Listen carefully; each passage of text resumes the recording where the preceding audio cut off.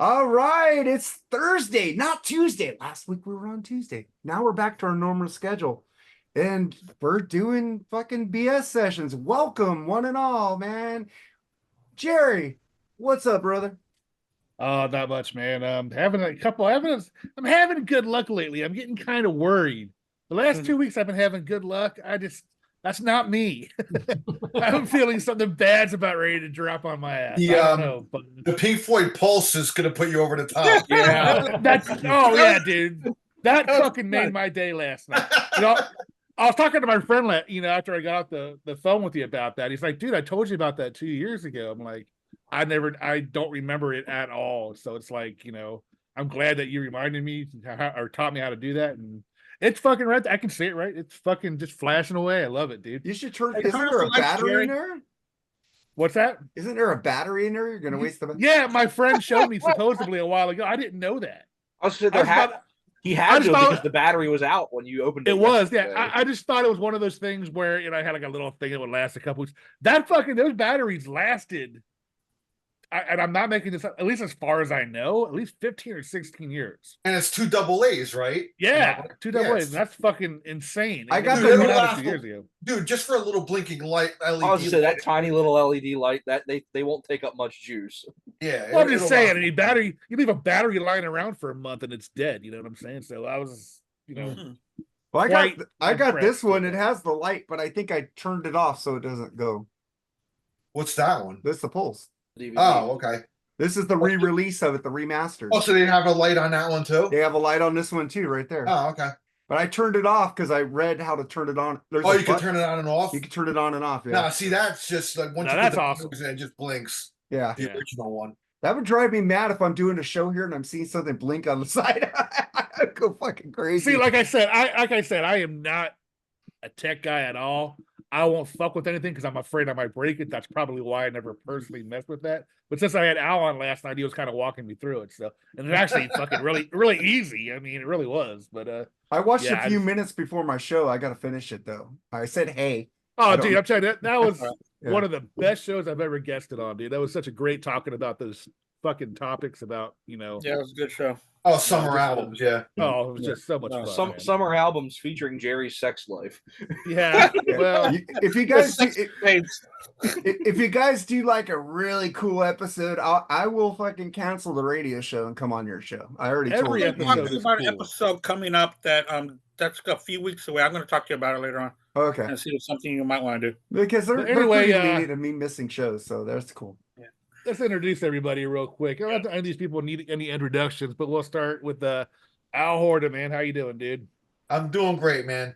Glad to be on the show. One of the best debut albums, talking about that. Ranking those songs, and it's just Boston rules, man. That first album is fucking classic. Absolutely. I love the first 3 albums. The first 3 albums. I love Third Stage too. Yeah. I mean, there's some good stuff on there. I think all 3 of those are solid all the way through. The albums after that did have some good songs on them, but they weren't, all the way good. You know what I mean? Walk On was decent, and then Corporate America had some great songs off it. Walk On, didn't have Brad on it. So. It didn't have Brad on it. It had Fran singing, right? Yeah. He's a good singer too. But I mean, they should have made an album with Michael Sweet. I bet that would have been cool. Yeah. Well, thanks for having me on, man. Always. And then his partner from the Black Spinner Circle podcast, Andy Rodriguez, man. Zappa for president, man. How you doing? Hey guys, how's it going? Tubi. Are y'all doing all right? I was watching Tubi. Never. I'm always 100%, right? I love Tubi, man. They got good shit on there. Yeah, man, they really do. Thank you for having me on. I always love coming on your show. This is like my little weekend. I do a show on Wednesday on Black Spinner, and then I come here on Thursday, hang out with friends, talk about music. I love it. So it's always exciting. So thanks for having me. Love this album. Had a very hard time ranking these songs because it's 100% top notch. It's one of my top 20 albums of all time. It is. So it was kind of hard to rank these songs. In fact, I do a lot. We do a lot of these on Black Spinner and on here. But this is the toughest one I've had to do. Really? Wow. Okay. Good. All right, then we got the guy with the cool Motley Crue shirt on, man. Joseph Staub, man. He What's up, loves dude? that shirt. I do. You do. I do. I hate Motley Crue, but I love this album. I know. No, don't you hate it when that happens? I know. All right, Tim. I'm going to introduce you, man. Don't get on me, man, because I always fuck up your last name, and I apologize in Never. advance. Never. Tim Wierznick. Nope. Damn it. Raznick, Whirl, Raznick. Raznick. I can't say Gershman's name, but I can say his name. Yeah. It's pronounced. I'll get it right. I'll get it right. Spelled. I'll get it right in about 30 years. Just I like it's apologize. spelled. Whereas Nick. Whereasnick. Yes. Whereasnick. Yes. Just call him Whereas Just call him Crusty Metal Whereas- Dude. Just call me shithead. Same thing. No, he's Anyway, like- dude, man, he's again, man, becoming a good part of the family here, man. Good to have you Oh, on, man. dude, he I'll bought tell a you, man. camera to be on here, dude. I'll tell you, man, when Mark said, come on and do this, I'm all for it because this is one of the most awesome albums I've ever heard in my Yeah. entire life. Oh yeah. Start to I mean, it's finish, been talked. bar none. It's been talked about to death, but it's still fun to talk about. And it was- so. It was hard to rank just because I'm so used to just every track, Right. right after the other, like you hear it on the album, that, to take back and, well, wait a minute, so I tried it more of if I was doing the track listing on this album, how would I track list it? You know what I mean? As opposed to, because every song you can say is, your opinion, this song's better than this song. But okay, if I was going to do a track listing of it, what would I start off with? What would I be next? What would I be next? More than just if I liked it or not, more than none, because they're all fantastic songs, every one of them. There's no clunkers on this album at all. And they're all, Let me interrupt you for a second, Tim. 99.99% of other bands, this is their best stuff. All right, let me interrupt you for a second. I'm sorry, but if you don't know what we're talking about Boston's debut Boston's album. debut. I don't think we mentioned what album we're talking about. Yeah, I didn't, But, I didn't Well, no, want to say anything, Jerry. You would I was never, gonna you would let never be able to figure guess it out. because it's in Mark's That would help, background but, and Al's background and Andy's background. But that talking would about help. mayhem. That would help. Yeah. Oh, fucking Yeah. Sib with one of the best Sim froze with ever, the dude. fro. Love Yeah. it. That's real. But yeah, it was easy, but it was hard. I'll put it that way. You know what I can't believe about this album? A lot of people nowadays are saying they didn't know that was actually a guitar. Yeah. Hey, Jerry, I always knew I it didn't was. know. I didn't know that was a guitar. I didn't So know that either. When I saw that meme, I go, "Oh my god, I'm stupid." Yeah. I think a lot of people realized it more when the Greatest Hits album came out because it's like a side view of the guitar instead of like a straight on view Mm. like it is on the first album. So I think when that one came out, I think a lot of people realized, oh, it's a guitar. I don't know. This album came out, what, 76, 75? 76, 77. So I was, what, 10, I was seven. somewhere around there. Seven. And I can remember the first time I looked at this album, I went, "Oh, that's cool. It's a spaceship, but it's a guitar at the same time." Yeah, me too. That's I never cool. really, I was only 4. I was 7 or 6. I was one. I was born in '66. Joseph I wasn't wasn't even around. thought of. Joseph was. Joe was negative. negative, yeah. Parents were one. My parents were 10 when this album came out. Oh Damn. shit! They're Tim's Awesome. age. There you go. My dad would have been 12. My mom was 10 when this came out. Oh, okay. Yeah, I'm old, so Tim, meet your son Joe. Joe, meet your dad. hey, Sonny boy, how you doing? You raised a good kid, Tim. You raised a good kid. I tried. But yeah, this is what we're doing tonight, everybody. We're gonna talk about this masterclass album. I've never met anybody that doesn't like this album.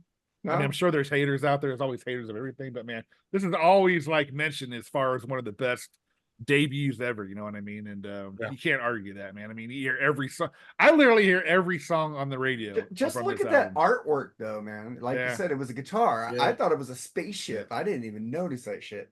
Well, it is, but it's Guitar Oh. spaceship. Yeah. yeah. It's both. You know, it was pretty cool because if you look at it on Apple Music, because I was hearing it today, all the little ships around it move and the guitar is Oh, that's moving. cool. Yeah, I love that what they do it with that, man. I try to find animated. Moves. Yeah. That's pretty badass. I try to find animated album covers when I'm playing songs on thatmetalstation.com. I put them in the chat room so it goes with what I'm playing. It's pretty cool. Yeah. All right. Good. Could we get to the start with the BS? I guess. But Jerry, before we get to the BS, you got BS that I don't give a fuck about. Oh, I didn't know you were going to talk about it. I told you were going to start this shit. Well, with your Tim, I don't fucking think BS. Mark, are you not on the square? Are you not on the level? No, I'm good. Yeah, Ghost right here, right now is one of the most. What did it say? I can't remember the exact title. The most one of the highest grossing, profitable rock like movies the highest ever. grossing concert film. Over Led Zeppelin. How do you feel about that? Well, because it costs $50 to get into a movie nowadays compared to back then. So okay, but if they adjusted Led Zeppelin for the time like they do for movies, it still probably wouldn't come close to what Ghost made. I don't know, man. I mean, I hear a lot of good things about this movie, man. So well, if you followed all the little mini videos they did and all that shit, you'd probably understand it a little better. All but, all the Ghost fans on Facebook love it. They're talking like it's one of the best things they've seen. It's fine, man. I don't have to like the band. You guys enjoy it, but I just wanted to give you that fucking Ghost shit. But talk about it. Well, no, Are you gonna see it, Jerry? Yeah, I think it's supposed to actually come out, believe it or not, on Disney Plus, which is I heard it was on Max.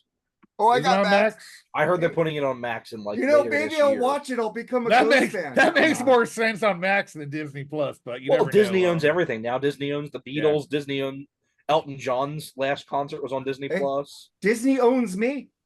There you go. All right, Tim. I know you love Ghost. What do you think, man? Good for them, I guess. I mean, hey, a band's making money. Good. Fantastic. That's what they're supposed to do. Great. But I'm not a fan of their music by any stretch of the imagination. But if they're making money, fantastic. Go for it. What do you think about it, Joe? You gonna watch it? Yeah, whenever it comes out. I've heard a lot of good things. One of my friends saw it like 3 times in the theater over the weekend. 3 times? I mean, it's like the best of both worlds with them because you get their awesome live show, but you also get like the fun little like storyline stuff that their YouTube videos are always so funny. They're great. They are, yeah.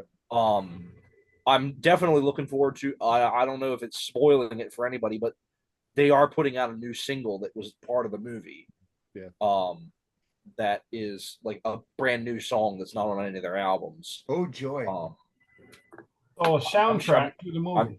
I'm sure you'll love it, Mark. I'll probably love it. Yeah, I'm gonna watch the Max concert to see how much I don't like them because I will watch it. Go ahead. Honestly, you might like them live. That's what I'm saying. I'm afraid to watch it. I'm afraid to watch it because live music is what gets me into bands. Like Springsteen, I was like, until I saw him live on the Tunnel of Love tour, and I love Springsteen now because I saw him live. So maybe if I see that, I change my mind. They put on such a great live show. I found out today that I fucking like Nelson's After the Rain. So come on, man. It's a good album. Anything is possible. All right. Anything is possible. I saw you picked up that album, Jerry. Oh, you saw it? I'm like, yeah, I listened to it the other day. I'm like, damn. And then Vince had it on there, and I'm like, cool, I'm gonna get it. Come on, dude. That's harmonies, man. The 2 songs I know off that album I love. So I mean, it hasn't aged. It still sounds fucking great. It sounds better now, in my opinion. And they still sound great live. I saw them live a couple years ago. They still sound pretty good. I saw them live, just those 2 actually. Bushy has a song by them that they haven't released. They gave him at Rockin' Pod. I think Gunner gave it to him. Fucking amazing song. Every time I went on thatmetalstation.com with fucking Bushy, now he's on, when he gets his internet, he'll be on Cranium Radio. I don't know. But he has that exclusive song, and the fucker said he was gonna send it to me, and he never did. That fucking song rules. It's like unreleased Nelson track. Fucking really good. All right, Andy, you're not a big Ghost fan, are you? Oh, I'm not a big. I've seen them at a festival setting, and I've seen them open up for Maiden, and they were both the most boring shows I've ever seen in my life. And the guy behind me had to tell me to be quiet, stop talking, because he couldn't hear the band. That's how much I was just so. And since I've been on these podcasts and y'all talk about ghosts, I've tried to hear them. It's the way it is, man. It just happens, man.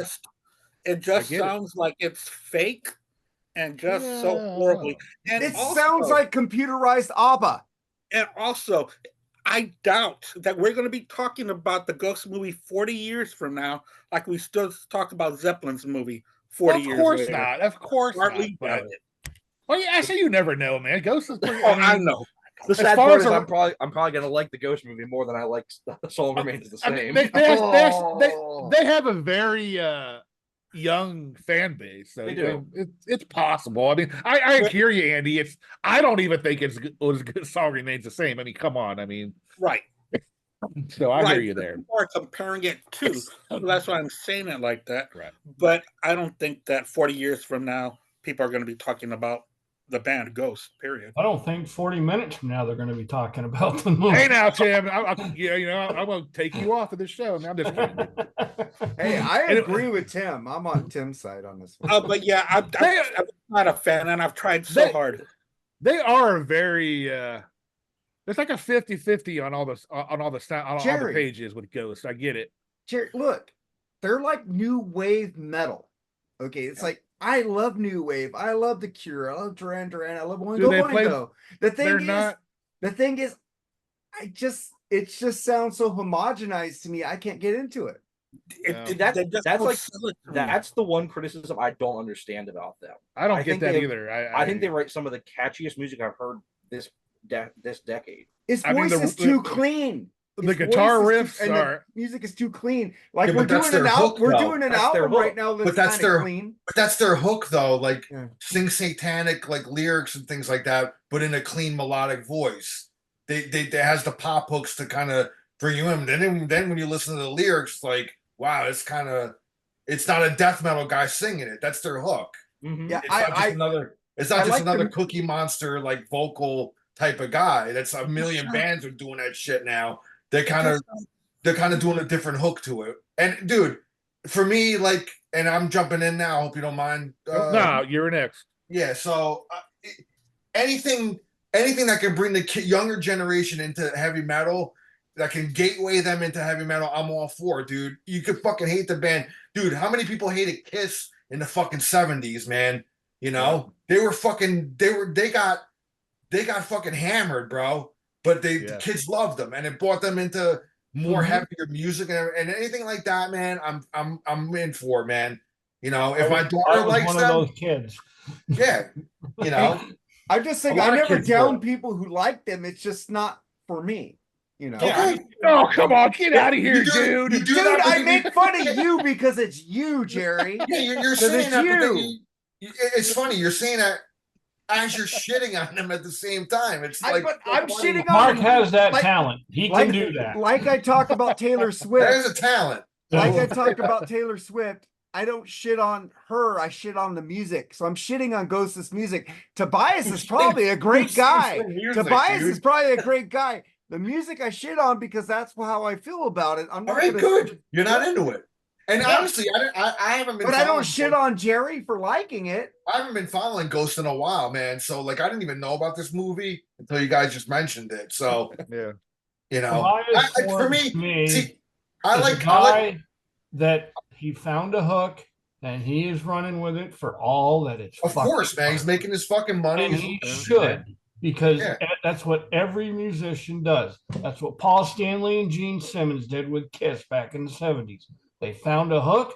I don't care if they stole it from Alice Cooper or not. They found a hook and they ran with it. Plain and simple. And that's how you make an iconic quote unquote band. And I mean, honestly, how hard has it been for any kind of hard, heavy band to get any kind of mainstream traction in the That's last true. 20 years? That's true. Like, Yeah. there is no other band that makes this kind of music that is making that kind of money. Yeah, these you can days. see And them going sales. back. You could see them going back listening to Kiss, Old Def Leppard, Ozzy, Well, yeah. Black Sabbath. You know, That Ghost directs these. I mean, they did. Joe Elliott did the duet with them on Spillways. They do all those covers of older bands. They did. I mean, they did a Real Rhythmics cover. They They've show their influences on their They sleeves. do, and they're never afraid to like give those references to old bands and to like, hey, this is where we draw our influence from. If you like us, you'll probably like a lot of this music. But why did And- they have to ruin Jesus? He loves me. I love that I thought song. it was better. It's I better. mean, Oh, sorry. fuck, no. I mean, Really, Joseph? Mark, think you it's know better how big of a Genesis fan I am. Yeah. I hate You don't that like album, that album so- that much. I So I hate get that album. I love so- that album. I love that album. I think No Son of Mine is one of the best songs of the later era of Genesis, but everything else on that album. I is love garbage. I Can't Dance. Jesus Oh, that's Knows an Me. awful song. Yeah. The I like that. the last spike. Fucking great Driving shit the on Last it. Bike is good. Driving And the Fading Last Spike's Lights. so fucking good. And Fading Lights are my Yeah. other two songs. There's I really mostly like. better good songs on there than bad.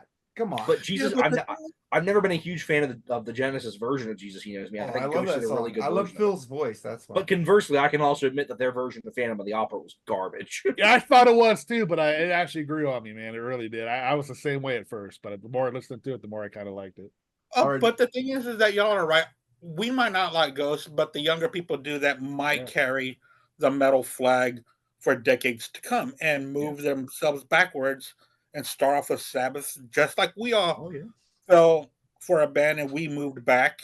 You know, hopefully Ghost can be the start of that. yeah, mine Yeah, was Foreigner to Def Leppard. Personally, one of my friends was never really huge into like music or bands or stuff.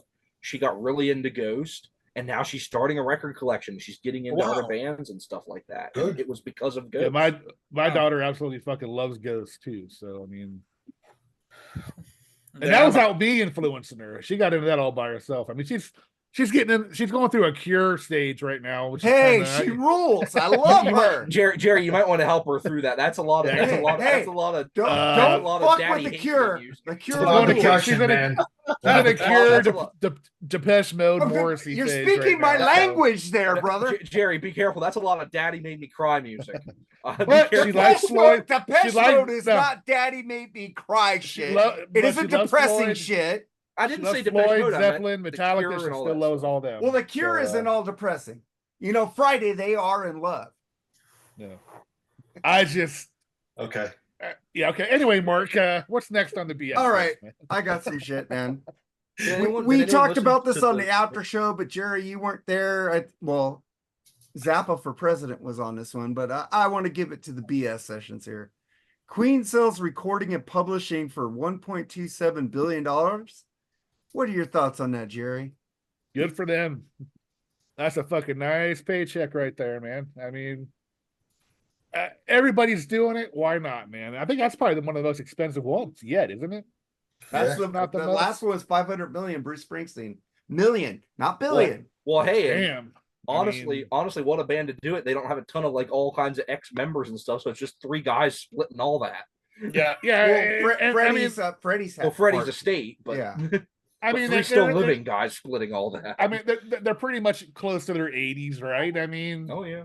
you know, their families are going to be hooked up for fucking life for generations now. So good for them, man. Well deserved. Oh man, their grandkids ain't gonna have to worry about money. You Right? think their great grandkids ain't gonna have to worry about money. Yeah.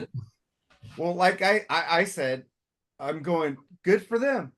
Fucking rules. They're setting up their family for life. And I have another friend who says they sold out and they suck. And I go, well, we're gonna hear fucking Queen songs and McDonald's commercials now. It's okay. We've the been new hearing gen- them At commercials. least the new They've generation been will get to hear the If- McDonald's, you know? If you ever do something in your life that somebody offers you that much money for, Take it. take it. Well, look You're in at your it as- 80s. You're not. Well, look at it. This Exactly. is the band's 401k. Yeah, like It's They're as not- simple as that. Yeah, that's true. You know, and They're- if somebody can pony up $1.3 billion or whatever it was, Yeah. then they're probably they- gonna make more money believe from me, selling it than they would have for the rights. they have had their number crunchers look at that and go, we can make 5 times as much money off than Dude, Bruce You know. Springsteen was 500 million. That was the record. This is 1.27 billion. I know. And you know how fucking, because Springsteen isn't like worldwide like Queen. Queen is just like massive worldwide compared to Bruce Springsteen. That makes sense to me. Springsteen's also one guy too. Yeah, Yeah, true. Where he gets to all of it, and you know the 1.2 whatever split between 4 things. So well, does Springsteen have because I don't know how the contracts work because I haven't seen them, but does he have to split it with the E Street Band or no, is he's that- the writer of the it's song. wrote songwriting everything. credit. So if little Steven had anything to do with any of the songs, he gets that money, or if Yeah, I'm sure they Clarence, get. if I'm sure Clarence's he. estate or anybody Yeah, I'm like sure he that. throws them. Yeah, I don't think anybody in these. Oh, I'm groups sure they all got. hurting I'm sure they're they not all hurting got a anyway, bonus. but, Oh, that's a they're not good hurting. question for next week. Yeah. What? Yeah. Yeah. Ask him what sort of songwriting, if any songwriting royalties Stevie's Yeah. gotten Yeah, from 'cause him. like if he had a song that say he had a guest musician on or a guest Yeah. vocalist. Well, it's songwriting They- credits. you know? It's songwriting. It's not. It's publishing. It's Yeah, not that's right, Jay. appearance fees. Publishing. That's because that's all those people got their flat rate when the album was made. Yeah. It's publishing. That's Yeah, publishing most- is the where most it's at lucrative- because it's that's the why most Michael lucrative thing in the game is the publishing. that's why Michael Jackson stole Paul McCartney's catalog. Because Paul He didn't McCartney told him to. steal. He I bought it. know, but you should have let him have it. Come on. Should have. He had the money. When I was Yeah, but managing that's what bands, college man, the first two things I told any new band: never give up your original demos and never give up your publishing rights, ever. Yeah. Yeah, but that Ever. was a big move by Michael Jackson. Come on. Well, I know, but it kind of sucked though. But Zappa, what do you think about the Queen? Oh man, I think it's great. I'm not the biggest Queen fan, but the money is going to the four that created this wonderful music that's beloved around the world. And that's who should be getting paid for this kind of money. There's so many people out there that rip off these bands. It's about, because who knows how many times Queen has gotten ripped off throughout the years. Good for them that they're getting money for what they created. Good move. Well, we And know how much they stuff- got ripped off. They wrote a freaking song about it. And for Right. stuff they've I know. already made money on. This is all stuff they've already made their money on it. All right, guys, let's get to Al now. What do you think about this, man? Dude, I'm with the consensus here. I mean, cash out when you can, bro. You get up to the age, man. Dude, do it. And for that kind of money, anybody would fucking pretty much do it, bro. Anybody. I don't give a fuck who you are, man. Yeah, I mean, they're still allowed to perform live with them. At least most of them are, so they can still tour. Well, they I have mean, so- they. What happens now is that Disney keeps the record rights to them, the Hollywood records. They keep that part of it, and then Sony gets the other part of it, but they don't get none of the touring with Adam Lambert. So that was Yeah. kept separate. They get their likeness and everything else except they don't. And they're they making can't mad release money it. torn, bro. Oh, They're yeah. getting what Queen would get from Disney for the royalties. So they're taking Queen's royalties from Disney. Well, think about how much money they made from all that over the years anyway, and now they're cashing all this out on top of it. Yeah. Mhm. Yeah. Because Queen is a band that has very, very, very much known how to merchandise themselves. A shit ton of live albums, a shit ton of DVDs, a shit ton of everything, compilations. They're some of the biggest selling compilations of all time that they keep putting back into print. Yeah. So they've made a butt ton of money off of these songwriting royalties, and now they're getting paid an extra $1 billion on top of it just for perpetuity. I mean, think about if they're at age 80 after 50 years of some of these albums being out, how much have they made over the past 50 years on top Right. of the 1 point whatever $1 billion that they're going to be making now? Yeah. Absolutely. All right. That's- Any thoughts on that, Tim? That's a no-brainer to me. I mean, that is that's the simplest decision I will ever have in my entire life. If that ever happened to me. Dude, it's setting up their fucking grandchildren for life. So that's fucking cool. They're taking care of their families. Nothing wrong with that, man. I think it's cool. But let's get to some deaths, man. Let's not start with the shifty dude. Let's start with a great guy. Donald Sutherland, man, died at 88 years old, Jerry. I mean, fucking what a legend he was, dude. I mean, he was working all the way up to a couple years ago. Oh, I think yeah. the guy he was still in a lot of movies, man. Yeah, because I loved those it. Hunger Games movies. Yeah, he was in those. I mean, he was in great movies like A Time to Kill. I mean, of course, Invasion of the Body Snatchers, fucking classic, and fuck that Scream, yeah.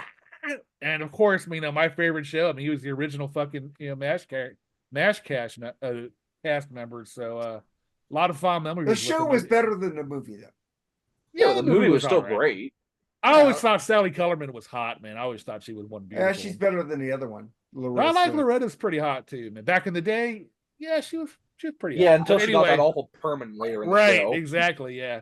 But yeah, I mean, you can name thousands of movies from this guy, you know, and his son, of course, is awesome too. Kiefer, man, it's Oh yeah. Bring back 24. Okay. yeah, awesome show. That But was man, a yeah, great yeah. show, man. What a fucking loss, man. I mean, he was a great actor, man. He's got a lot of fucking body of work to remember him by. So thank you for that, and R.I.P. man. Andy. Yeah, Donald Sutherland, he's a legend. So many movies he played in. He was such a great character actor. They just don't make them like that anymore. They really don't. Actors and actresses that really hone their craft for certain movies, where their whole character is totally different to what they have to do. So R.A.P. Rest in peace, Donald. But his son kicks ass too. I can't remember. Was he the warden in that Stallone lockup movie? Donald? Yeah. Yeah. Was he the warden in that movie? I can't so. remember if that was him or not. I think that was him. It was called Lockup, right? Yeah. Yeah. I think that was him in there. Yeah. Yeah. I mean, like I said, he's got so much, such a body of work, man. You're gonna see him on TV a lot still. So the best movie ever made was Animal House. Animal House, yeah. You're an atom in my of course. finger, and my finger an atom. So you're saying, I can't even forgot that one. Yeah, it's a fucking. I have do you want to buy some weed? You want to buy some weed? Al, man. Yeah, dude, man, just such a great actor, great movies. Yeah, I posted that clip from Animal House where they're smoking weed in his house. It was great, man. I remember first time seeing that movie and that whole So you're telling me that a little atom in my finger is a whole universe? Yeah, dude, it's fucking awesome, man. Yeah, I have a 4K also. It's just been packed. Yeah, he made me want to buy weed off of him, man. It was great. Yeah, rest in peace, man. I mean, he's been in so many great movies. Outbreak was cool too.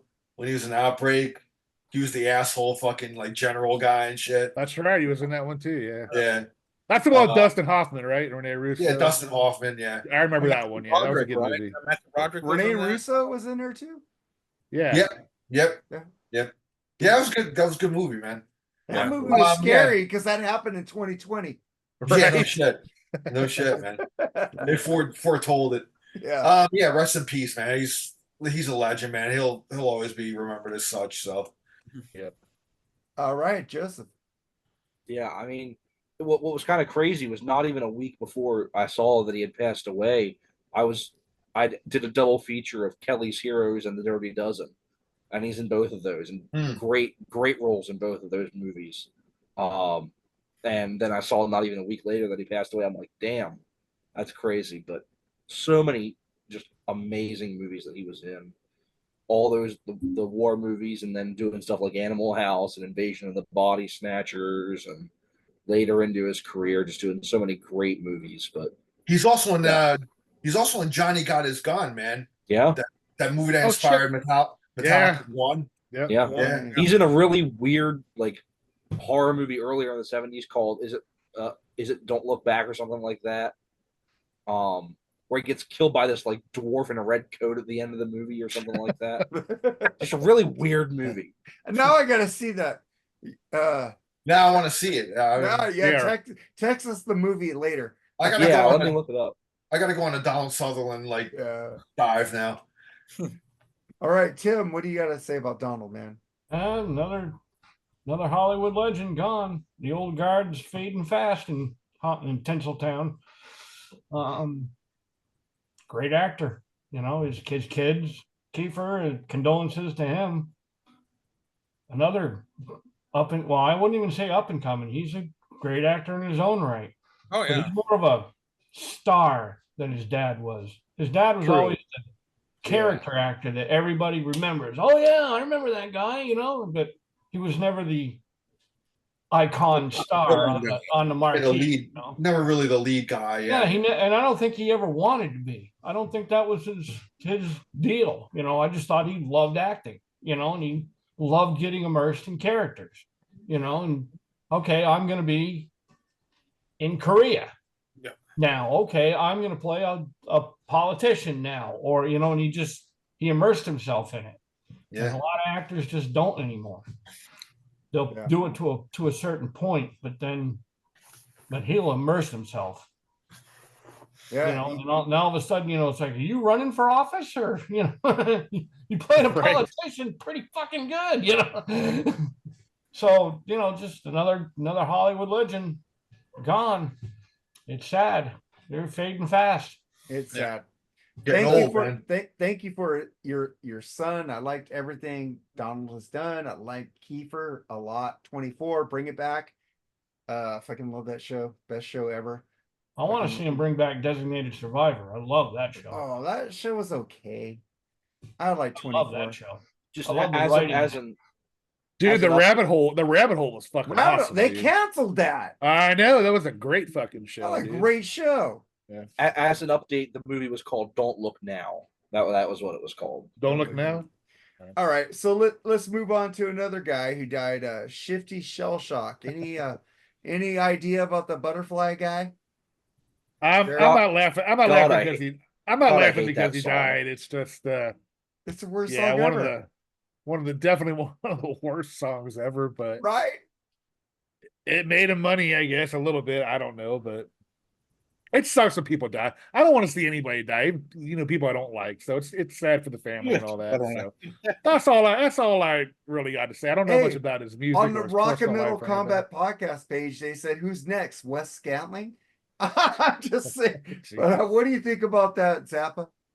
Oh, well, I'm sorry that he died. I don't know his music very well at all. Thank God. I just know that one song, and after that, I just tuned him out. But it sucks that he died.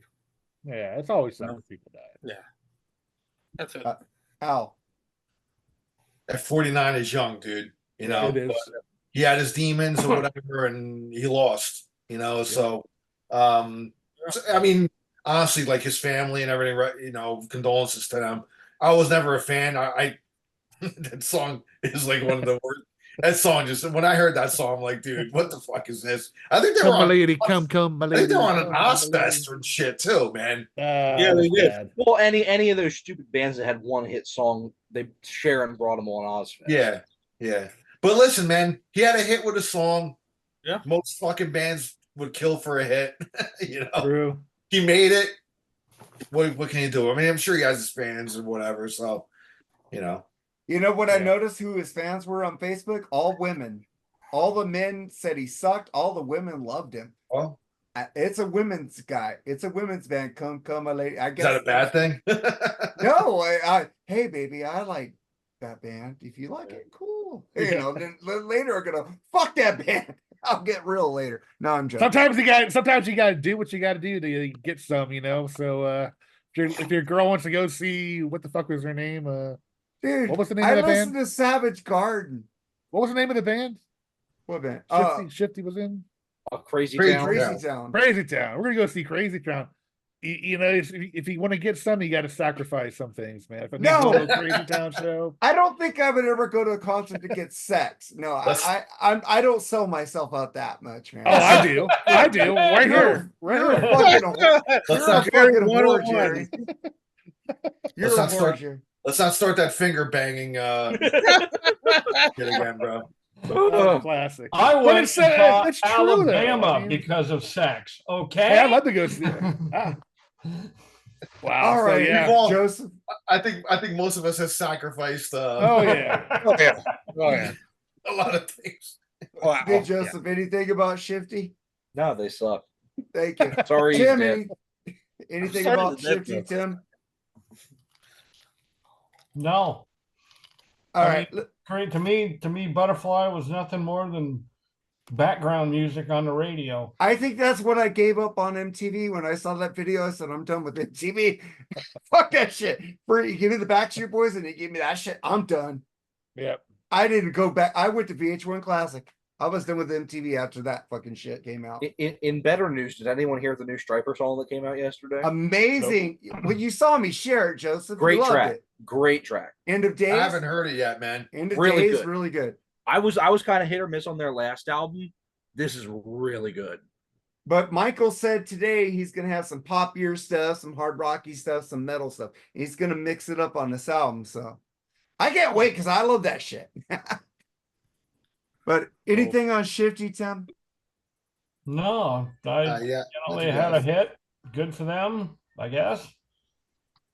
Next. All right. Let's get to something I think everybody might have an opinion on. Dennis DeYoung's been out of Styx for 25 years. The band chose to replace them as they prepared to tour to support 1999's Brave New World. The singer, as he shares, found himself unexpectedly ill, unable to go on the road immediately, and he felt helpless. I was begging for my life and my job when this happened. He tells UCR, as sick as I was, I didn't feel like I could fight back at that time. Jerry. I mean, the Styx feud is getting about as bad as Kiss, in my opinion, man. After all these years, I don't know how much I believe of his story. I don't know anybody. Like, it's getting more and more woe is me, woe is me. I was it is, and he's getting more desperate every time, it seems like. You know what I mean? Yeah. And I get what I mean. They had their album was kind of on a roll, kind of like Journey's Trial by Fire. It was doing well, but they didn't tour on it, and it died out. You know what I mean? So they had to, I guess they tried to revive it with Gary, but it was like, the album faded away by then. But they still had a successful tour. But even then, when DeYoung didn't want to go on the tour, they figured they had to because the album was, it was working. So I kind of understand why they wanted to get rid of Dennis, I guess. I mean, I'm sure the decision wasn't easy because as much as, especially JY, because JY I can't stand Dennis Young for some reason. I don't know why. But I don't know if he was, he was the control freak. Yeah, I guess so. But anyway, I could see Tommy and JY's reasoning for firing Dennis back then. I mean, because they need to, to keep the momentum on the record. I mean, it wasn't a barn buster album, but it was still pretty good. It sold some. So, I think that's probably why they had to do it. And who knows? Maybe they were looking for a way to, the littlest way to get him out of the band. I don't know, but yeah, that's all I got to say. I mean, it's just Dennis is like he needs to realize it's never going to happen. Unless they get to the Rock and Roll Hall of Fame, I'm sure they'll let him perform a few songs with them then. I bet they won't. No, they got to. They would. I think Tommy even said that they would. JY didn't say so, but Tommy said it. Absolutely, he's part of it. But yeah, I mean, yeah, he's getting desperate, and it's not going to happen. He's not going back in with Styx. So, any thoughts on that, Zappa? I just saw Styx this past weekend. They were fantastic. Yes, they are. The thing is that y'all are bigger Styx fans than me. That's the truth. So I really don't know that much of the background of the Dennis DeYoung and the Styx feud and stuff like that. So, I'm really not qualified to give my opinion. Yeah, I mean, they were riding high. They had just done the remake of Lady, which was, hitting all over the radio. They were doing the Freaks. They had some songs on Freaks and Geeks, and Mr. Roboto was on a couple of car commercials. They were kind of riding a high, and I guess they just the Volkswagen. They wanted to keep it going, I guess, and then if they stopped, it probably would have went away, So because they did a huge tour. They put out this really, really great live album, Turn to Paradise. Yeah. Oh, that was awesome. Oh, dude, that was like fucking incredible show. All right, Al.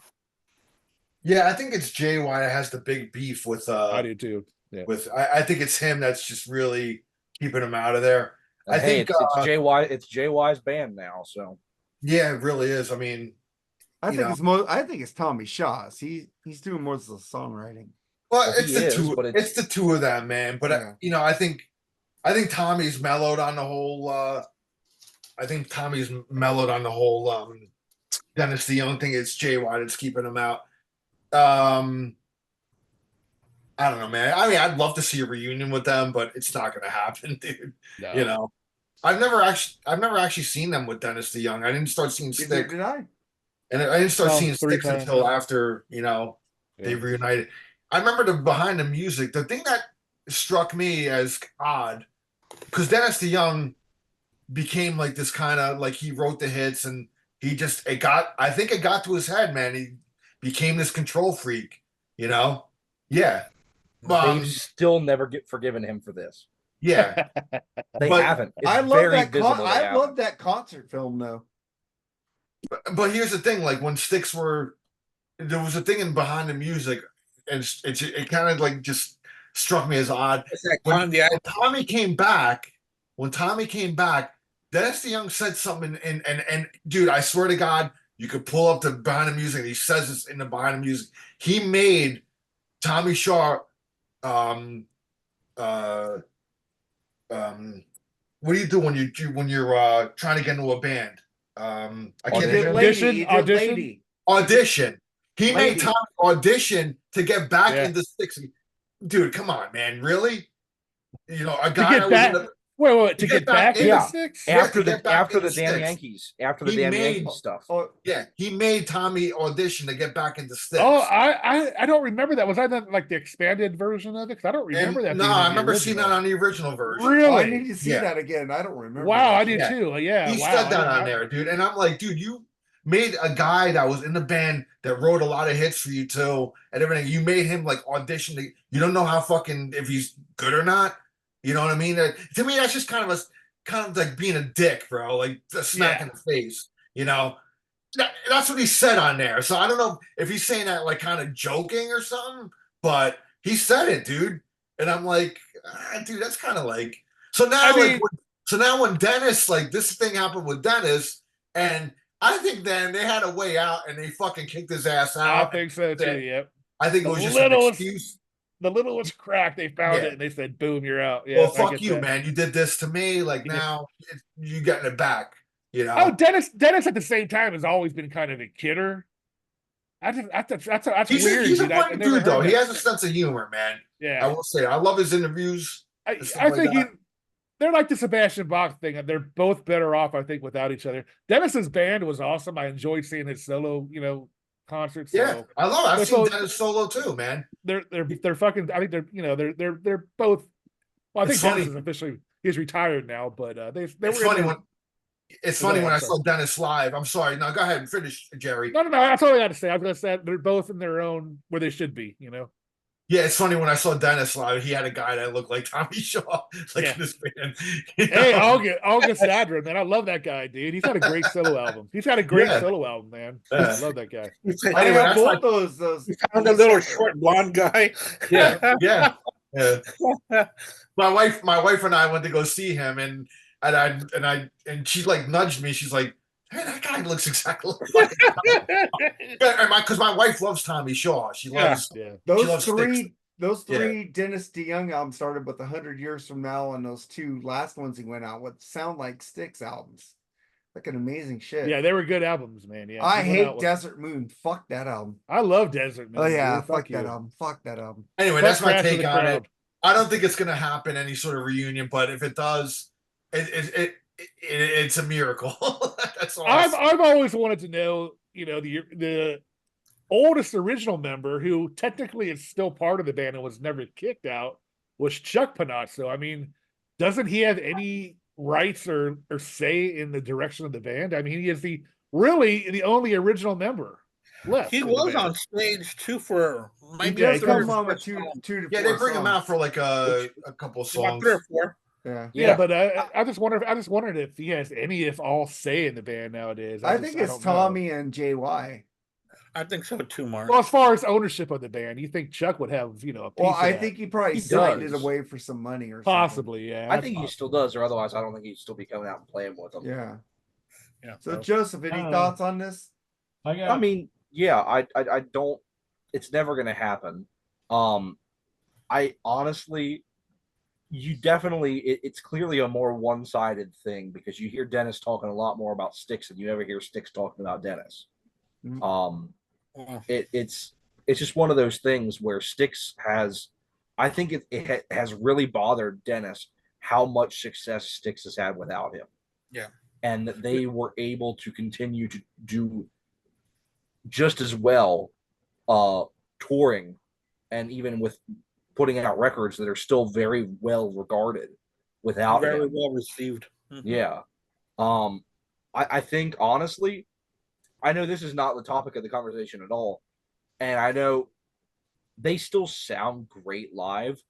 I think Styx needs a little bit of a shakeup or something because the set lists are getting real stale. It's getting bad. It's getting real bad.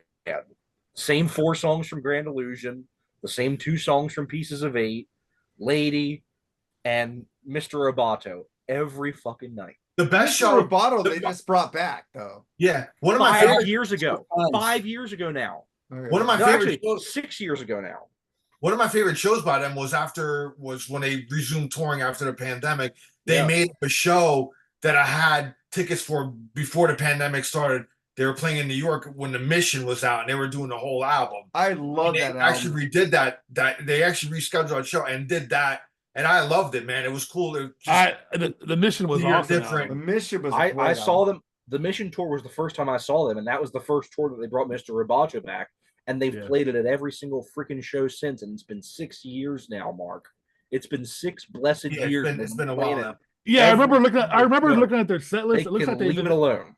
It looks like they've included the best of times in this year's set list. This is that was the only thing they added. 20 years. Yeah, that was the first time they played it in like 20 years, and that's like the only. Honestly, that is like the only classic song they've added back to the set list in years. Yeah. They really need a refresh, and I think the problem is almost every tour they've done lately has been one of these like package tours where they're playing like 12 songs. Yeah. And so you're getting the very bare bones like greatest hit set list where Styx, I think, has one of the best discographies out there. Anytime that they do a tour by themselves, they'll do like a 2-set show and they'll pull out all kinds of stuff. They'll pull out the title track to Pieces of Eight. They'll pull out Superstars. They'll pull out Borrowed Time. They'll pull out Boat on the River. They'll pull out all this stuff that you won't normally see them play. I think they need to do more of that and stop touring with REO Speedwagon every 3 freaking months. Yeah. Well, they're doing Foreigner again. So. Well, I know, but I mean, every literally like what 4 of the last 5 years it's been REO Speedwagon. I think. I love both those bands. So if REO Speedwagon sticks to yeah, well, first of all, here's my 2 opinions there. REO Speedwagon needs to stop touring, and Styx needs to stop touring with REO Speedwagon. REO Speedwagon is so good, man. No, they are not, Mark. I love REO Speedwagon, but Neil Dowdy is retired. Kevin Cronin sounds great cannot since sing. he got the vocal coach, man. Kevin Cronin cannot sing anymore. He's lost some power. He lost some power in his voice, but I think I've seen them 3 times in the last few years, and he cannot sing. All right, man. And Styx blew away Foreigner. Oh yeah. Saturday. I mean, bad. Well, it's not Foreigner. You don't have fucking Lou Graham, dude. All 4 times I've seen Styx, they blew away every band that was playing. Hey, I love Kelly Hansen and fucking Hurricane. In Foreigner, he's good. He puts on a good show. But I've seen Lou Graham at fucking 70 something, and he fucking sings better than fucking Kelly to me. I don't fucking know why. But Tim, you have anything about Dennis DeYoung crying about Styx? Yeah, I got a couple things. To me, this is just my opinion. This sounds so much like Pink Floyd back in the day when David Gilmour came in and started writing the songs, and all of a sudden Roger Waters and him were button heads. Same thing. A new guy comes in and he starts showing his worth right off the bat. And the older guys are like, well, an older guy is like, hey man, this is my band. No, this is my band. And then they're button heads. It goes back to the dawn of rock and roll. It's the same thing, you know, egos. I'll put it down to that. That's yeah. I mean, there's no denying that Dennis DeYoung has an ego. That's definitely a fact. But and I'm sure Tommy Shaw and JY have egos too. They may not express them into the public the way Dennis DeYoung does, but I am sure in the back, in the rehearsal halls, that their egos come out. I just find every band has them, and every band member has them, and you better have them if you want to be in a rock and roll band. Yeah, I just find it very interesting that ever since they fired Dennis, there's been almost next to no lineup changes, other than when They brought Ricky Phillips in 03, and then he just retired, and that's literally been it.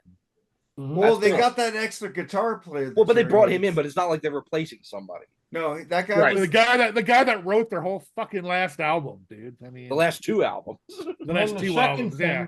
The second thing I have in that is I still think that this goes all the way back to when Dennis DeYoung brought in Mr. Roboto. Oh no, I think it was Babe that did it. Babe is what did it, I think. And I just think that the rest of the band was so pissed because that flopped when it was released. It may be on the set list, maybe on the set list now, but it flopped. The song was a hit. Mr. The album Roboto was is a your flop. shit. The song was a hit. The Sticks album his was a name. huge flop. I think And I love- Babe was what started it, but Kilroy kind of, put it over the top. Kilroy finished it. Yeah. But dude, Babe's such a great song though. I love that. That's a great song. But it tarnished Styx's name, and I think that both Tommy Shaw and JY remember that. I don't think they ever forgot it because DeYoung pushed this album. This was a Dennis DeYoung. Well, he made a Broadway show out of the concert. Well, because and he they're was not he was the one bringing in the money though, so that's why they kind of had to concede a little bit. Well, he was the voice. He was the voice. And sometimes when your bands are like that, you got to go with the hot hand, whether you like it or not. So and then it completely flopped. Yeah. Compared to their other albums before that. And I don't even think it was the album; it was the tour. The tour was what killed it. Yeah. Well, Tommy was high on same a thing. lot of cocaine at that time too. So. So all right, still trying. All right, let's get to some cool shit real quick. I'm just gonna gloss over this. We don't need to talk about it.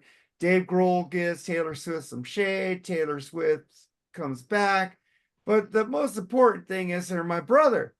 Your Panthers won the fucking Stanley Cup, bitch. Yeah. I mean, my last championship team was the 49ers in 94, so I've been kind of desperate for a winner, and I'm so glad I got one. I've been close the last few years with the 49ers, and even last year the Panthers made the finals, but they lost. But yeah, dude, I'm stoked, man. I mean, Florida's become the hotbed of hockey, man. Tampa and the Lightning and the Panthers have been, Tampa Bay's won like what 3 of the last 5 or 6 years or something like that, and now the Panthers winning. So coming a hotbed, man. For people are wanting to come down there because I guess one of the good things about Florida is they don't got no state tax or anything like that. So players can come down there, and win and not pay that many taxes. So I guess that kind of helps where you live, man. Unlike where you live, Mark, where you got the Kings players. Nobody wants to come to the Kings or the San Francisco Giants. But you come to New Hampshire. Yep. Same thing. But yeah, I'm happy about it. I have watched that game like 10 times already, and I've watched the ending, the last 10 seconds, like 1,000,000 times already. It's cool, man. It really is. Yeah. It's cool if your team wins. You guys have got any thoughts on the Stanley Cup, Andy? Oh, I don't watch hockey. Al? No, I'm glad Jerry's team won. I'm glad Florida won, man. Give Florida, give Jerry his love. Yeah, I mean, they've been the armpit of the league, literally, dude, for the last 30 as years, a Kings fan, thank you for beating fucking the Oilers. Fuck the Oilers. Fuck Connor McDavid and Eric RCB Jordan. You fucking rule, and fuck Edmonton. There you go. But Joseph, any thoughts on that, man? Yeah, I was glad to see him win. I was really glad to see him beat the Rangers, and I'm really happy that they got to win. I had no stake in it. My Pens didn't even make the playoffs. So what's that? That's fucking unusual, right there. Yeah, they've been on a skid for the past couple of years. Yeah, they keep going all in. They keep going all in on their old stars, and they just can't pull it. Yeah. All right, Tim. Any thoughts on the Stanley Cup? I have zero interest in hockey, so that's fine. So let's get to. I think I'm just gonna say this real quick. David Ellerson loves you too. That's cool. But I'm going to get to something else he said. He said that if you were a meddler back in the day and you admitted you liked Nirvana, it was like they wanted to kill you. What do you think about that, Jerry? What? That's kind of David Ellison said that if you admitted as a metal fan that you liked Nirvana, that they wanted to castrate you or kill you. when Nirvana was big, I got fucking when my ass kicked for liking bands like Motley Crue and Tesla. It's like, those bands were like taboo when Nirvana came out. So I don't know what he's talking about there. He said metal fans would be crucified and shot execution style if they admitted liking Nirvana in the early 90s. I knew metal fans that liked his mind. I knew metal fans that like Metallica and Nirvana back then. I don't know what he's talking about, to be honest with you. So I know, but isn't that fucking? He said crucified and shot, executed. If they admitted they liked Nirvana back in the day in the 90s. Well, I think they're probably all still alive. Yeah, they haven't been crucified or shot. So I don't know. I don't get what he's going at there, but whatever. He just needs to go away. Yeah, just a stupid thing to say because at that time when Nirvana came out, I listened to both Megadeth and Nirvana and Metallica, and I mean, there was people listen to whatever they want. Yeah, I remember because when Nirvana came out, and you admitted that you still like bands like Motley Crue and them, you got laughed at, man. It's like for a while. Well, you also said it was basically illegal for a metal guy to say you like Nirvana back then. I don't know. Sounds like to me like he's just bitching because they sold more than Megadeth. Sounds to me like it's a desperate cry for help because he doesn't want to become irrelevant. So he's got to say something, anything. And I fucking love Dave Ellerson, dude. I really do, man. I mean, he's a great bass player. He's a great part of Megadeth, but I don't understand that, dude. I think Dave Ellison should stop with this bullshit and worry more about his addiction to self-love on the internet. Did everybody talk about this shit? Yeah, I'm good, man. Okay, one last story. AI Al Michaels, NBC will use the legendary broadcaster's AI-generated voice for the Paris Olympics, Jerry. I mean, he's got the most famous line in Olympic history, do you believe in miracles? I mean, that's probably the most, iconic. Yeah, I mean, so why not, man? He's part of the, he's been with he done the Olympics so long. Why not, man? Bring him on. All for it. Zappa? Oh, I've always loved Al Michaels, and there's another way to hear him call the Olympics. Yeah, sure. Why not?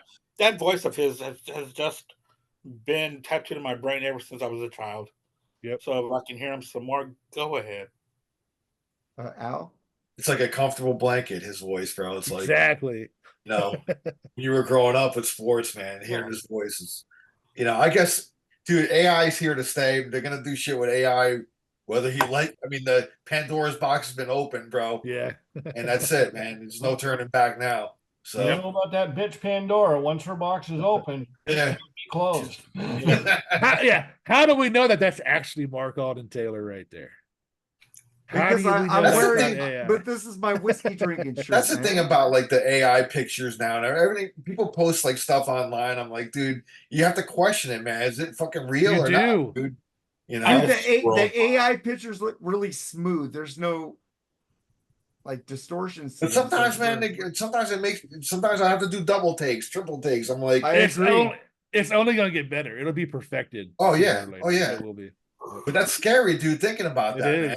Yep. I don't know. I just hope it ain't like they try to use it like Dio did with the holograms. That wasn't Dio. That was his wife. Well, whatever. But they tried to use his image, and it's like it didn't work. So if it's just his voice, fantastic. I mean, who doesn't recognize that voice? That'll come back though, man, because like the AI will be perfected and they're perfecting it. Oh yeah, But back when they used it. No. Like the hologram thing kind of died out though. They tried it. I know the Zappa. They did a Zappa one. They did Theo, and it was like hot for a minute, and then it just kind of faded away. Yeah, but they'll perfect that too. I mean, they're back at the drawing board now. Yeah, So what do you think about Al Michaels' AI, Joseph? I don't understand why they're not just using Al Michaels. Yeah, I think he got in trouble saying something. No, it's because he's signed to Amazon. That's why. Oh yeah. It's literally so stupid. I think it's freaking ridiculous that, yeah, if you're just going to pay Al Michaels, pay Al Michaels. It's not like he's dead. Like, this is where I think the whole AI stuff is stupid. Yeah, you got Frank Zappa and Dio and Michael Jackson and all these people, or Tupac, that you're bringing back to life with AI, or like finishing up the Beatles stuff and all that kind of stuff. Al Michaels is alive. He just works for your competitor. How fucking stupid is that? I agree with that. I So, didn't think Maybe they're doing that as an FU, Al Michaels. I wonder how that works legally. Don't they still have to pay him for the voice though? No, because they still own the recordings. Oh Yeah. wow. If they use the voice track from the old recordings, he was already paid for those recordings. Oh, that's So true. they belong to them. They belong to NBC Sports. Yeah, and I guarantee you they own the "Do You Believe in Miracles?" Oh yeah, line of for course the they hockey do. game. I guarantee you they own that one. Right, but does Al Michaels own his own image? Or does But they're somebody gonna else own his own? They're using own his image? voice. They're just using his voice for the recaps and shit. Yeah, like that. that. Trust me, that's coming. The whole image thing is coming Yeah. with AI. Well, Queen sold her image, Yeah, so yeah. Would- So it's so coming. Tim, what do you think about the Al Coming. Michaels stuff on the Olympics? I think you just said it. Okay, Cool. Jerry. Yeah, I already Yeah, went. we're all done, Mark. No, Well I done. said Tim. So yeah, he already Jerry, said it. get to the subject, man. All right, we're gonna rank the 8 tracks off this magnificent debut album from Boston, released in 1976. You know, we're not gonna go into the deep end of what this album's all about. Everybody fucking knows how it came about, who was basically in charge of the album, the blah yada yada yada. So we'll skip that and just concentrate on the how we feel are the the order from 8 to 1 the best songs on this album. So this is going to be kind of interesting. It's going to be I have a feeling we're going to have a lot of different opinions on it. So looking forward to this one. Okay, my only question is: are we going from worst to best, or Yes, worst to best? We're going, Worst to yeah. best. Okay, that's all I. All right, need. Tim. We'll start out with you, Tim. Man, what's the 8th best song on the album? For me, just my, and every one of these tracks, as far as I'm concerned, is a number one in any band's repertoire, other than Boston. To my personal opinion, it would be their best. I'm gonna go with "Smoking" at number 8. Ooh, interesting. That's low for me. Ooh. Great riff. Love that riff. I love Delp's voice. I just fucking love Brad Delp's voice. Great tune. Great. I cannot argue with that tune at all. That's a surprise right out of the box. You got to rank it actually, somewhere. That's Yeah. true. All right, Joe, man, what's your number 8? Well, the one song that I do not adore off this album, it's still a good song. I wouldn't say it's a great song, and that's "Hitch a Ride." I'm not a huge fan of "Hitch a Ride." I think it's a good song. It's not a great song. It's cool. I think, to me, it easily stands out as the weak point on the album. From here on out, it's going to be nothing but a love fest from me. So, yeah, "Hitch a Ride" is easily my number 8. All right, Al. Oh man. I think So yeah, number 8. I'm gonna go with the 8th song on the album. "Let Me Take You Home Tonight." And I know that song's written by Brad Soul. That's his soul songwriting. And I love the song. Again, I love all the songs on this album. You got to rank them somewhere. But for that song, I'm gonna put that at number 8. It's got to be somewhere. So that's gonna be number 8. It sits on the album where it's at for me. So Gotcha. I think it's a great song. I mean, I still love it though. I mean, Brad's amazing on it, and as he is all the other songs. So.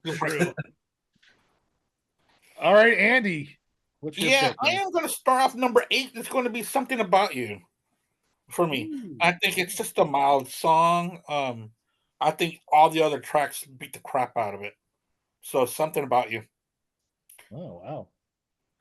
All right, Mark. Oh, I agree with Andy Rodriguez wholeheartedly. This is like, it's a great song, but compared to the other 7, it's not the best on this album. It's kind of a, yeah, good song, good harmonies. But yeah, it's my number 8 on this. Yeah. Wow. Well, I'm going to agree with Al. I do love Let Me Take You Home Tonight. I love Brad's voice on that one. I think it's actually, in my opinion, his best vocal on the album, in my opinion. His voice is just so fucking genuine and sincere, and I think you can hear that. I think you can hear that Beatle influence in that song, man. Right, yeah. It's very, it's a very heartwarming tone to his voice in that song, which I love. Yeah. I mean, just because that song's number 8 doesn't mean it's a dog at all. So yeah, of course. We had to place it somewhere, and love that song, but I had to use that as my number 8. All right, number 7, Tim. Oh, number 7 for me. Number 7 starts off not even in English, not even a word. It's just a simple acoustic guitar in the back, or kind of electric, plain acoustic guitar in the background, and just Brad Delp going, ooh, ooh, ooh. And that's something about you. Just great song, but on this album, down at the bottom. Yeah. Wow. There's not a bad song on this album. It's just we had to rank them. Yeah. All right, Joe. Let's hear number 7, man. So for me, this was hard because there is a song on this album that I never need to hear again in my entire life. My local radio station absolutely burned one particular song out for me, and it might not be the one that everybody thinks. Shit. But I couldn't decide whether to rank that as my number 7 or a song that I think is a great song and I've not heard nearly as much on the radio as the one that I'm burned out on. But ultimately, it might be a better song. But if I ever hear the song Rock and Roll Band ever again, I'm going to blow my brains out. It is nowhere. It is nowhere near the best song on the album to begin with. Oh, you're gonna hate me later. But then, for some reason, my local radio station decided to play that particular song to death. You would think it's the song that starts the album off that they would play to death, but it's not. It's Rock and Roll Band, and I never need to hear that song ever again in my entire life. I think I'd probably have it ranked much higher if I wasn't so burned out on it. But it's just a song that there are very few songs that I am as burned out on as that song. You know, Joseph, I may agree with you on a burnout song, but not that one. The next one. Yeah. Is it the one that you thought I was gonna say? Maybe. Wow. Interesting choices so far, I have to admit, man. I thought we'd all be different on it, but kind of going as planned, or as I thought it would be. So Al, man, what's your number 7? Number 7, again, it's gonna be the song that's actually number 7 on the album. It's Something About You. Again, I love the song. It's just a little less awesome than the other ones that I like. Let's just put it that way, okay? There's no suck on this album. No. It's just a little less awesome than the 6 that are above it. So, but that's just it. There's no suck on this album at exactly, all. man. No filler tracks or anything like that. We just have to rank it. Yeah. It's a perfect debut, man. But I'm going so far. It's the way the track listing is the way it's on the album.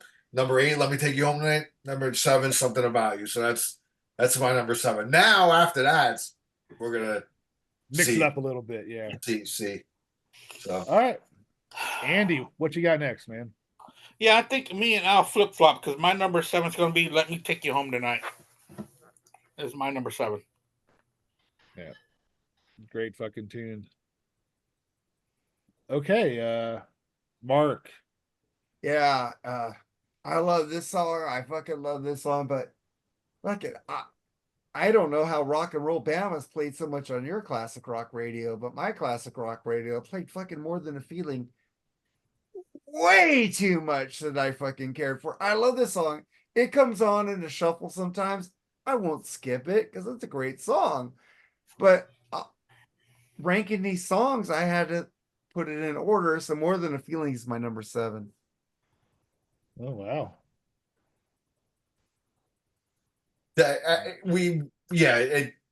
Living in New Jersey, I heard that song constantly on the radio as well, man. You know, it's played down here in Florida too. When I turn on the radio, classic rock, it's on the radio too, man. Feeling. I've never gotten tired of that song. I have Jerry, I'm not tired of it, but I no. had I'm to just rank I'm it. just saying. I get it. I'm just saying that's one song I heard it a million times. The burnout factor kind of it doesn't penalize that it's not a great song, but it just I don't get tired of it. It's just But- like it's constantly played, and it's not. I like the other songs better because it's not played as much. So there you go. But my choice for number 7, I think, is played a lot, and it does have a little burnout factor, in my opinion. And that's Peace of Mind. That's my number 7 on the album. I hear it all the time on the radio, probably more than any other Boston songs. I like the song. I did a great, fucking fun acoustic riff, man, to play on the guitar. Great riffs, but and I love the song. But I had it, like you said, you got to put these songs somewhere, and that unfortunately, compared to the other ones on the list, I just think are better. So I'm gonna have to stick with what I believe in. That's my number 7. All right, number 6, Al or Tim. I mean, excuse me. Oh, number 6. I'm gonna go, man. I'm gonna go with Hitch a Ride at number 6. I just love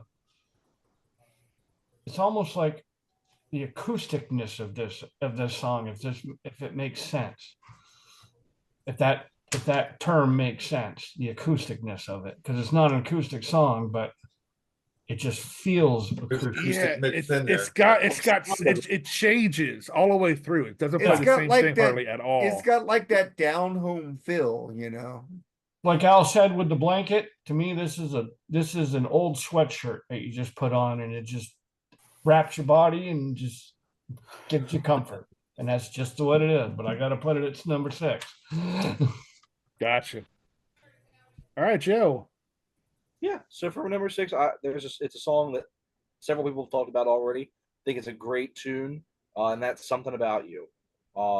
Really enjoy the song, but I think this is where my list starts picking up a little bit. But yeah, I honestly, I think that there is a little bit of a lull in this part of the album, as far as the heights that the rest of the album has. And unlike most everybody else on this show, I have not picked the last song on the album yet. And so I think it does go out on a bit of a high as compared to some of the middle tracks on the album. But yeah, Something About You, it's a great track. Really kind of good album track. One you don't hear on the radio as much, but maybe you should, Right. because it's a really great track.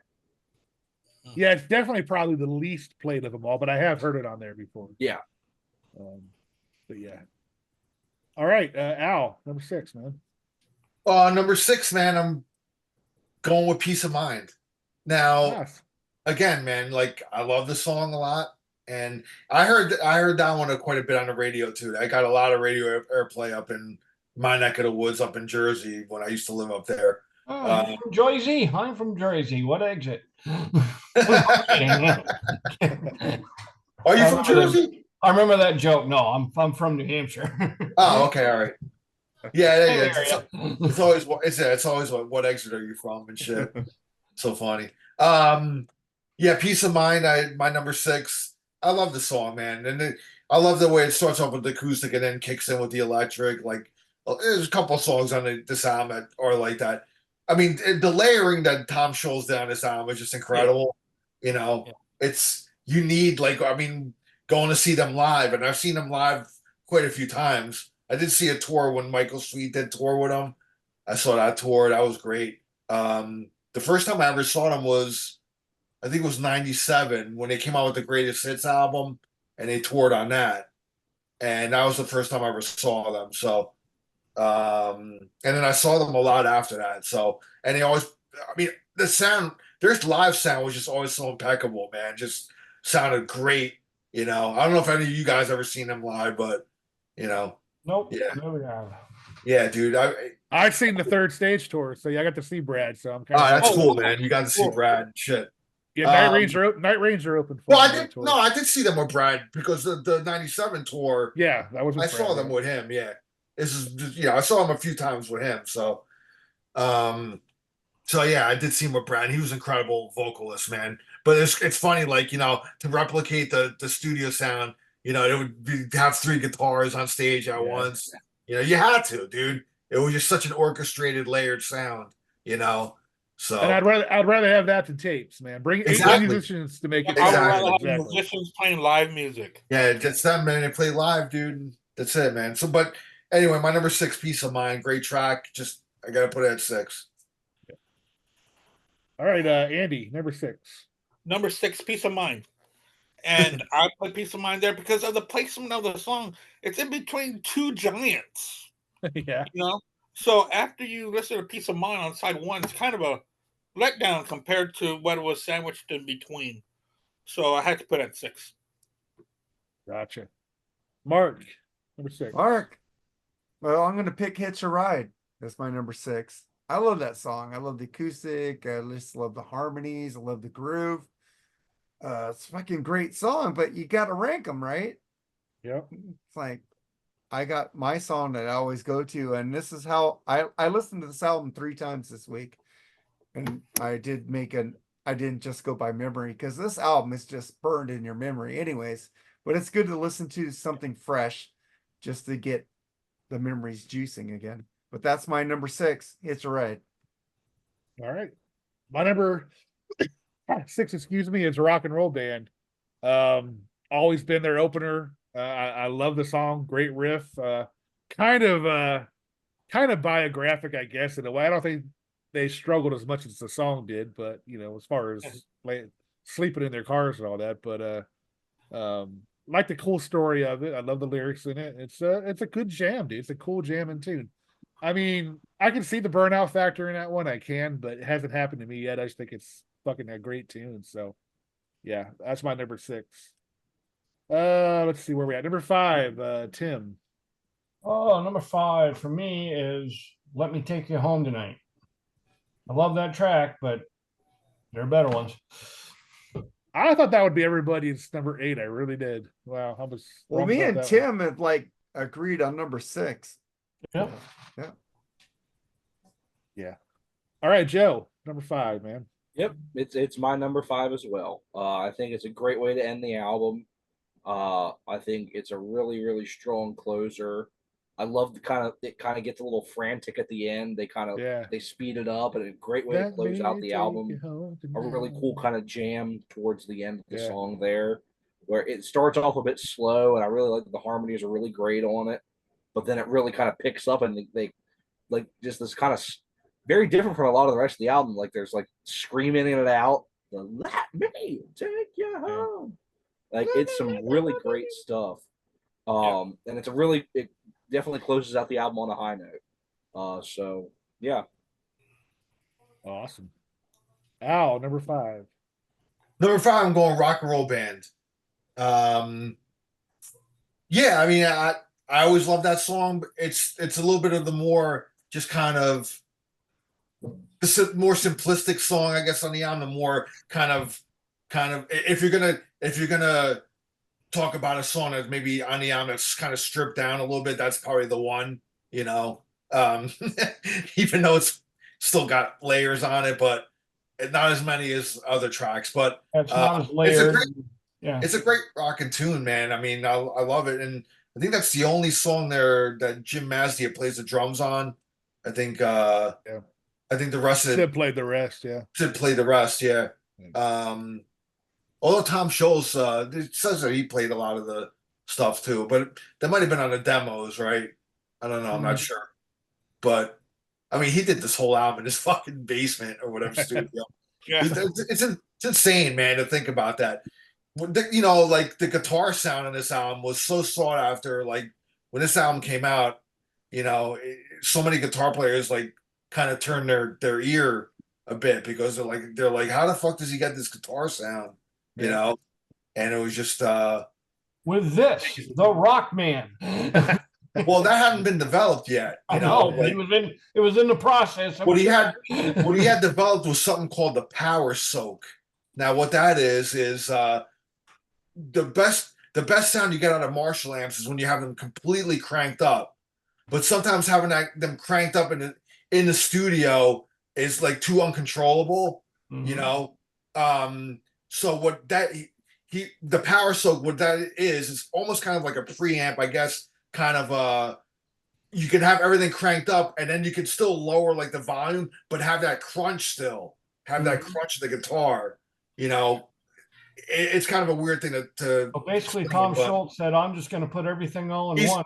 he's an inventor, man. Like he really came up with a lot of ideas and inventions that, I mean, they were incredible, and it's still that Rockman in the '80s, man. That was like one of the. That was cool as fuck, man. I wish love I that would. thing. I wish I bought one, man. I never Gave did. him a but, career. yeah. So but anyway, man, back to the ranking rock and roll band number 5. Love that song, but number 5. There's songs that are better than that, in my opinion, still. All right, Andy. Oh yeah, my number 5. I'm going with "Smoking" as my number 5. Really good song, straight ahead, really good mid-tempo hard rock song.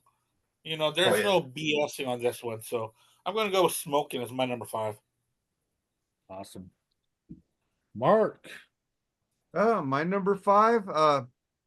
I think some of you guys have this lower, but I love "Let Me Take You Home Tonight." I think it's a great album ender. It's fucking like jazzy and fucking upbeat and just fucking so many facets to that song. And it just speeds up, slows down.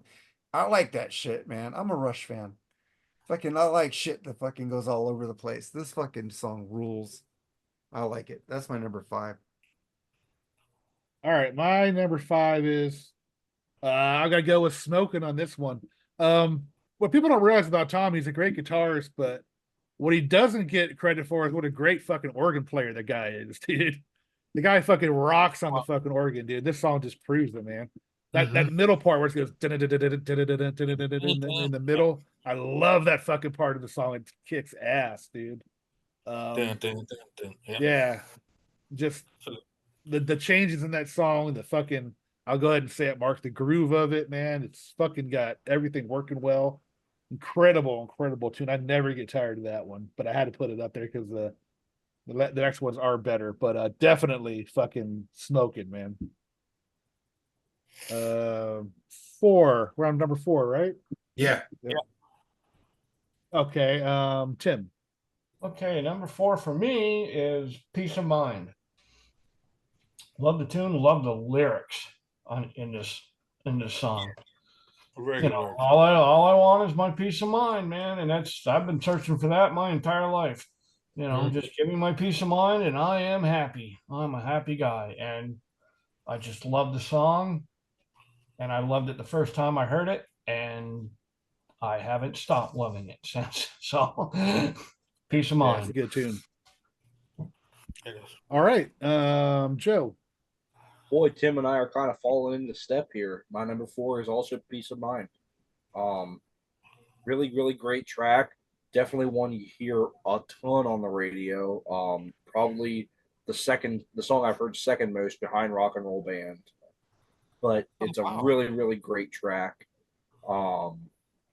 Just phenomenal playing. Brad's vocals are just great on this song. It deserves to be played as much as it is. It's a great track, so easily my number 4. Yeah. All right, Al. My number 4 is "Smoking." Yeah, like when you brought up the whole organ section, man, like the whole organ solo, dude. That's killer. I love the way like it shows a different facet of Tom Scholz's playing, dude. Like he's a talented dude, man. Dude can play guitar, organ. And on the albums he's played drums. He's done everything, dude. Everything. So killer track, man. I love the guitar sound on that. The riffs, the overall like you said, groove of it. That's a real grooving tune, man. So it's groovy, man. It is. So yeah, dude, it's just got a cool fucking. It's you got to like tap your foot or nod your head when that song's on. You know what I mean? It's got that kind of feel to it. So yeah, I agree. That's my number 4, man. All right, Andy. Yeah, my number 4 is gonna be Rock and Roll Band. We're just another band out of Boston. I just love the storyline. That Finally, some I'm like, karaoke. I've been waiting for this shit. Thank you. but I really do like the storyline. It's a really good writing. It takes you on a journey of the beginning of a rock band. It's great. So yeah, Rock and Roll Band. Great fucking song. Mark. Oh, I'm gonna go rock and roll band. Everybody's waiting, getting crazy, anticipating love and music. How could you not sing that song? It's just so fucking because it's tough to earworm. sing like Brad Delp. Yeah, I don't fucking care. I still want to know. I still want to know how they practiced out in the street. Where did they get the electricity from? But Yeah, I don't think they were actually hurting as far as it's Tom Schultz. I think he was still working a Polaroid, or did he quit? I don't know. Dude, they tell a story about how they fucking got a record contract. They got everything. That part is true. There's everything in this song just fucking rules. The harmonies and the groove. Fucking take a shot. Fucking, it's amazing fucking song. I never get tired of it. Actually, I never get tired of any of these songs on this album, but I ranked them how the burnout factor it could get with me. Because more than a feeling, I don't skip it. I still love that song. So nobody wanted that album when it came out. It's like nobody wanted it for just like Meatloaf. Just like Meatloaf's Bad Out of Hell. Nobody wanted that either. It's like let me show you something real quick. And it's so odd because I think of those two as being sister albums. I got 2 vinyls by them. This is the original one with the orange, and then Epic re-released it. This is like the blue one. Mm-hmm. Yeah, that's the Walmart. That's the Walmart one, I think. Yeah, I got both versions, and I'm not. I got both of them too. Fucking cool. This is just the Epic. Oh, I thought you were talking about the colored vinyl. There's a colored vinyl. No, this is the like blue label. Original. Yeah, the label. I just have the orange label one. Yeah, they're not hard to find. These are the orange label ones aren't hard to find. They really aren't. But it's cool to have both of them, though. It is, yeah. What I don't understand about this band, and it never really, I don't know, sunk in, I guess, is why wasn't just a Tom Schultz solo album? Because they wanted it to be a band release, I believe. Capitol or whoever it was, Capitol, right? No, CBS. CBS. Okay, yeah, Epic, they wanted it to be a band. Epic Records. Yeah, they wanted it to be a band. But the thing is, dude, you got one of the best vocalists of all time. It's like people ain't talking about Tom; they're talking about those vocals. No, they talk about Tom too, though. No, the first 3 albums are basically just Tom and Brad, like with a drummer. Yeah. And even on Third Stage, Tom plays the drums on that. Yeah. I thought Massia played a little bit on that one too, didn't he? Yeah, Massia and Sib both did a little bit on Third Stage. Yeah, because nobody a lot of it too. Nobody when they mention Boston talks about like Barry Goudreau. They should, because the guy's fucking awesome guitar player. I never said he was. I'm just saying that that Orion the Hunter album on this album. That Orion the Hunter album is good too, man. Oh, I love RTC. I love everything they've done. Yeah. Barry's done. So hey, check out the review on RTC on Freeform Rock Podcast. I saw Barry Goudreau open for. He was in a band called Ernie and the Automatics. It was like some little short-lived band that he had.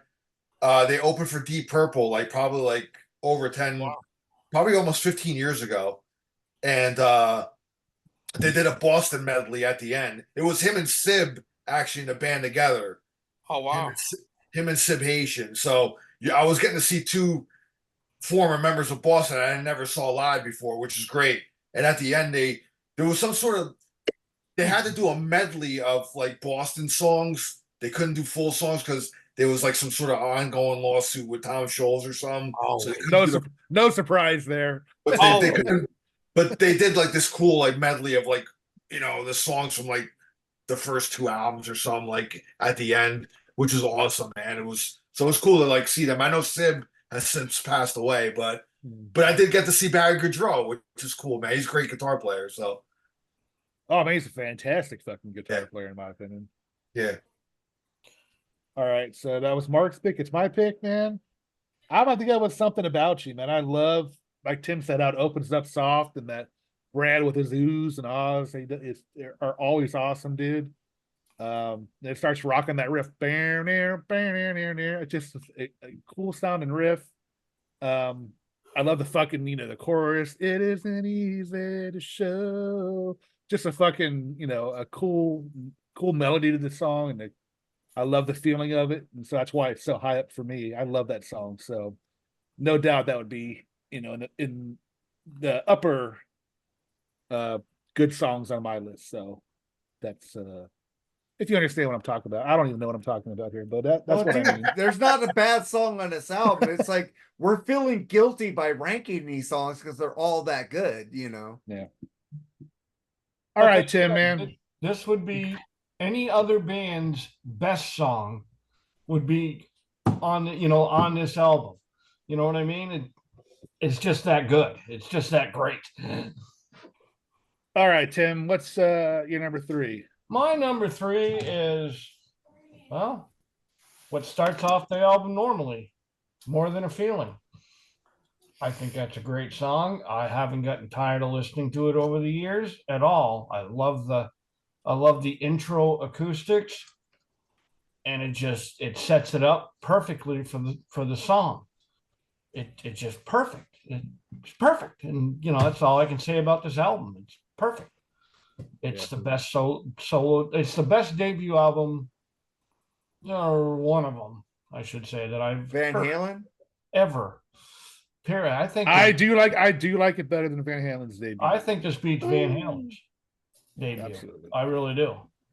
And I love that's not saying that the debut of Van Halen sucks by all means. Yeah, not at all. Not no. Well, you're talking about A and 1, Yeah, it's better. I think it's better than Led Zeppelin 1 too. So, and I love Zeppelin, you know that. So. Oh yeah, by a mile, long shot. Really, you think so? I don't think it's better than Appetite for Destruction.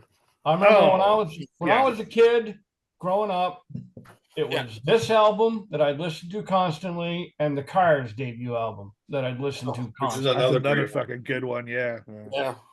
There's so many good Absolutely. debut That's albums. like a greatest hits album too. It is. Yeah, it's about time for that song to show up on the list. I mean, Mark, I think it was a little too early, I think, but sorry, dude. Joe, what's your number 3, man? Boy, I have Tim and I just been looking at each other's lists. What's going on here? Yeah, More Than a Feeling is my number 3. Amazing way to open the album. Just it's a classic track. It's a completely, it's an iconic track for a reason. This is one that again deserves to be played as much as it is. The guitar work is iconic.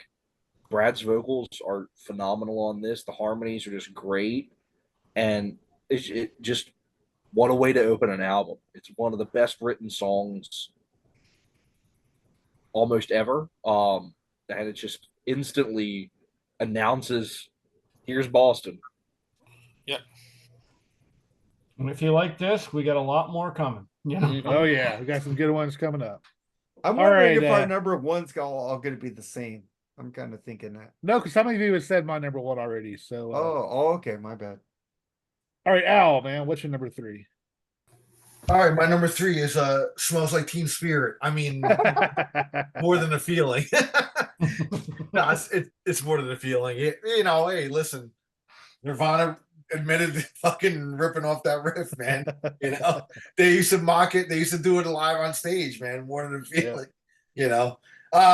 Yeah, dude. I mean, it's just classic. It's my number 3, though. There's 2 that I do like better than this one, but I mean, God, man, this isn't. It's classic for a reason. Brad Delp's voice is just off the charts. The heights that he gets on this song is just, there's been cover bands that I've been in, and like just nobody ever really touched Boston because he was so hard to sing, and that's just a testament of like he should be in a conversation more. It seems like he kind of gets a little lost in the shuffle now. His voice is so everybody's always like Freddie Mercury and all, which is justified. Steve Perry, things like that. But Brad, man, he's fucking right up there, man. I agree. I think Brad's got a stronger baritone to his voice. Yeah. And still uses it as Yeah. high as those. He's guys. he's not an operatic singer. It's not No. that's not his style, but I mean Oh, the range he has, his range he has just fucking it's just tough for somebody to replicate. But he Yeah. never tries to oversing. He never tries to get a little higher than what he's capable of, but Yeah. he knows what he's capable of, Yeah. and he gets there all the time. Yeah. Perfectly. And that's all human back then, man. It's all human. Oh, back yeah. Yeah, then. no Oh, auto that's tune, no no trick. bullshit like that. Oh yeah, when I saw them in '97, man, or whatever, I mean, he sounded incredible. He was hitting all those notes like it was the way they were recorded, man. But It's just a he's shame. better. It's just a shame that he's gone, man. I guess depression just is fucked up, dude. It is. But I don't know what he was. I mean, That was a pretty melancholy show when we did that. That was our first episode, I think, on Three Shots Down, talking about it. Yeah, It that was our just first sad. one. It was about dope. The whole story. I was mean, waiting for you to bring that up. He fucked up a little bit, I guess. I guess financially, was it a you know, financial? he had planted some cameras of his girlfriend's sister, wasn't Andy? I can't remember. Oh. Yeah. He was spying on his And girlfriend. I guess he got caught for that. Yeah. And that's what Tom said. That started his really bad And they spiral found down. out- But they found out former band members were like, Tom was always pressuring Brad, this and that, do this. Or I kind of believe I kind of believe Tom on that one because he let Brad go before, and Brad always kept coming back. So I kind of side with Tom a little bit on that side of the story. But it's sad either way you look at it, man. It really is. But then Tom started to treat Brad like a hired singer instead of a band member, and that's gotta hurt an ego. It really does. Yeah, I don't know. But it's a shame because they're talking about a fucking perfect marriage, man. Of voice and guitar, man. One of the best. Yeah. No matter how you look All at I it. know is Brad Delp killed himself about Yeah. 30 miles from my house because he's, Oh, wow. Wow. he's a New Hampshire citizen. Oh wow. He Okay. lived in New Hampshire. Yeah. That was a sad day. I remember he had a Beatles Beatles. Beetlejuice cover band. Beetlejuice. Yeah. Yeah. And I remember WMUR, Greg in the Morning Buzz, our morning show here in our state, came on to announce the news, and everybody was just mortified. They really didn't know what to do, and they're a radio show, and they couldn't talk. Wow. That's how important Brad Delp was to this that part of that state. to this part of the state. That's how important he was. Just knowing that he was around still, you know what I mean? Just knowing that, because he just brought so much joy to everybody. That's what I mean, man. I regret not seeing Tom Petty. I always thought I'd have a chance. You get a chance to see these guys, man. Go fucking see them, man. Never know. Call in from work the next day. It's worth it, man. Don't get fired or anything. Dude, but I couldn't see I the last Rush tour at the Forum because it sold out. And they only played one date there. It was so fucking hard on me, dude, not to see that. I did see Well, how many times did you saw them before, though? 6. I'm talking about bands that you've never seen. Yeah, but when you're a hardcore fan of the band, you want to see every tour. Sure. And that was the last concert they ever played, man. But I think in my hometown, in my area, and I didn't see it. You know how much that hurts? And same thing with Tom Petty. He played at the fucking That's Hollywood what I mean. Bowl. Yeah, the Hollywood Bowl was his last one. In my area, I didn't get to see it. But nobody knew that was going to be a Tom Petty's. No, but that sucks. It does. That's what I mean. Like you said, you get a chance to see him, go fucking see him. I'm sure we all have people that we regret not seeing in our lives. So, Dio? Yeah. Ozzy, I never got to see Ozzy. Yeah. I've seen Ozzy. Yeah. If you haven't seen him, see him, man, because they'll be gone tomorrow, unfortunately. Anyway, never where got the to fuck are we? One of my regrets is not seeing Bowie. I wish I would have seen Bowie. I never got to see. What was the last time he toured? Actually, it was very hit and miss. Yeah, I just don't never heard of him touring the last. I know in the '90s he was big in touring with Trent Reznor and Nine Inch Nails and stuff like that. But then I don't know. I loved its Tin Machine stage. I thought that was cool, awesome. man. Yeah, that album was great. We did a review on Freeform. There you go. But where we are, Jerry? All right, I think I just did mine, so I don't know. Andy, you're next. Yeah, my number 3. Love this song. I'm surprised it was kind of so low on everybody's list, but Hitch a Ride. I love the way it starts, and it just stratospheres into this great, epic musical juncture. It's just the guitars, the organs. It's just a great track, and it just in the middle of the song, the band takes it to another level. It just switches up another notch and turns into fire. So Hitch a Ride, my number 3, man. Absolutely. Mark. My number 3, I think, have you guys all talked about smoking? No. I have, yeah. It was my number 4. Yeah, that's my number 3. I love smoking. Come on, you're talking about token. Smoking, smoking. Come on, if you know me, I love weed. And fucking, yeah, I love fucking Tesla. Put this in your pipe and smoke it. I love that shit. I love Cheech and Chong. Weed humor always goes up the top for me. I love smoking, man. And it's a fucking rocking song. Just keep on toking. I fucking love that song. It just fucking rocks the fuck out. Yeah, Even though it's Get about down weed, tonight. it just Right. fucking rocks, dude. It's like smoking, smoking.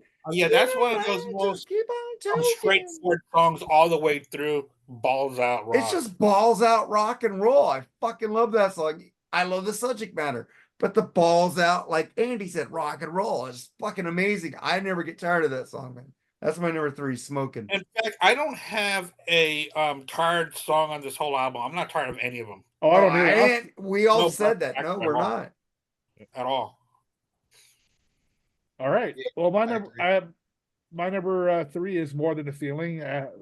Never get tired of that song. Fucking beautiful tune. I love how it fades in. Not many songs back then faded in like that song did with the guitar. Mhm. You got the clean electric over that acoustic, man. Just an incredible tone for that riff. Again, one of the first riffs I ever learned on guitar. You got that D, C, G motion going on there. Really fun song to play on guitar. Good power chords during the chorus. I think every guitar player's tried that riff. Yeah. You know? I mean, structurally, that song was very different, man. I mean, you had the instrumental before you get to the first chorus almost, so it's like it was weird how that song was actually put together. And there's a guy I talked about him here a few times. I think Al knows him. Rick Beato, right? Yeah. Mm-hmm. I mean, if you ever get a chance, watch his show. He does an episode where he breaks down that song into every little nook and cranny, and it's just amazing the parts you don't hear in the song that are there. I mean, wow. Rick Beato has forgotten more about music than most will ever know. Oh yeah, I'm a big fan. I watch this stuff all the time. I like to watch him. I've shared his stuff in our group. Pretty good stuff, man. But anyway, that's my number 3. It's an absolutely fucking brilliant tune, dude. I love it. So that's it's crazy that they start off the lead off track on a single album, and it's fading in. It's just wow. Like I said, there's like you don't get to the first chorus, so you get that little then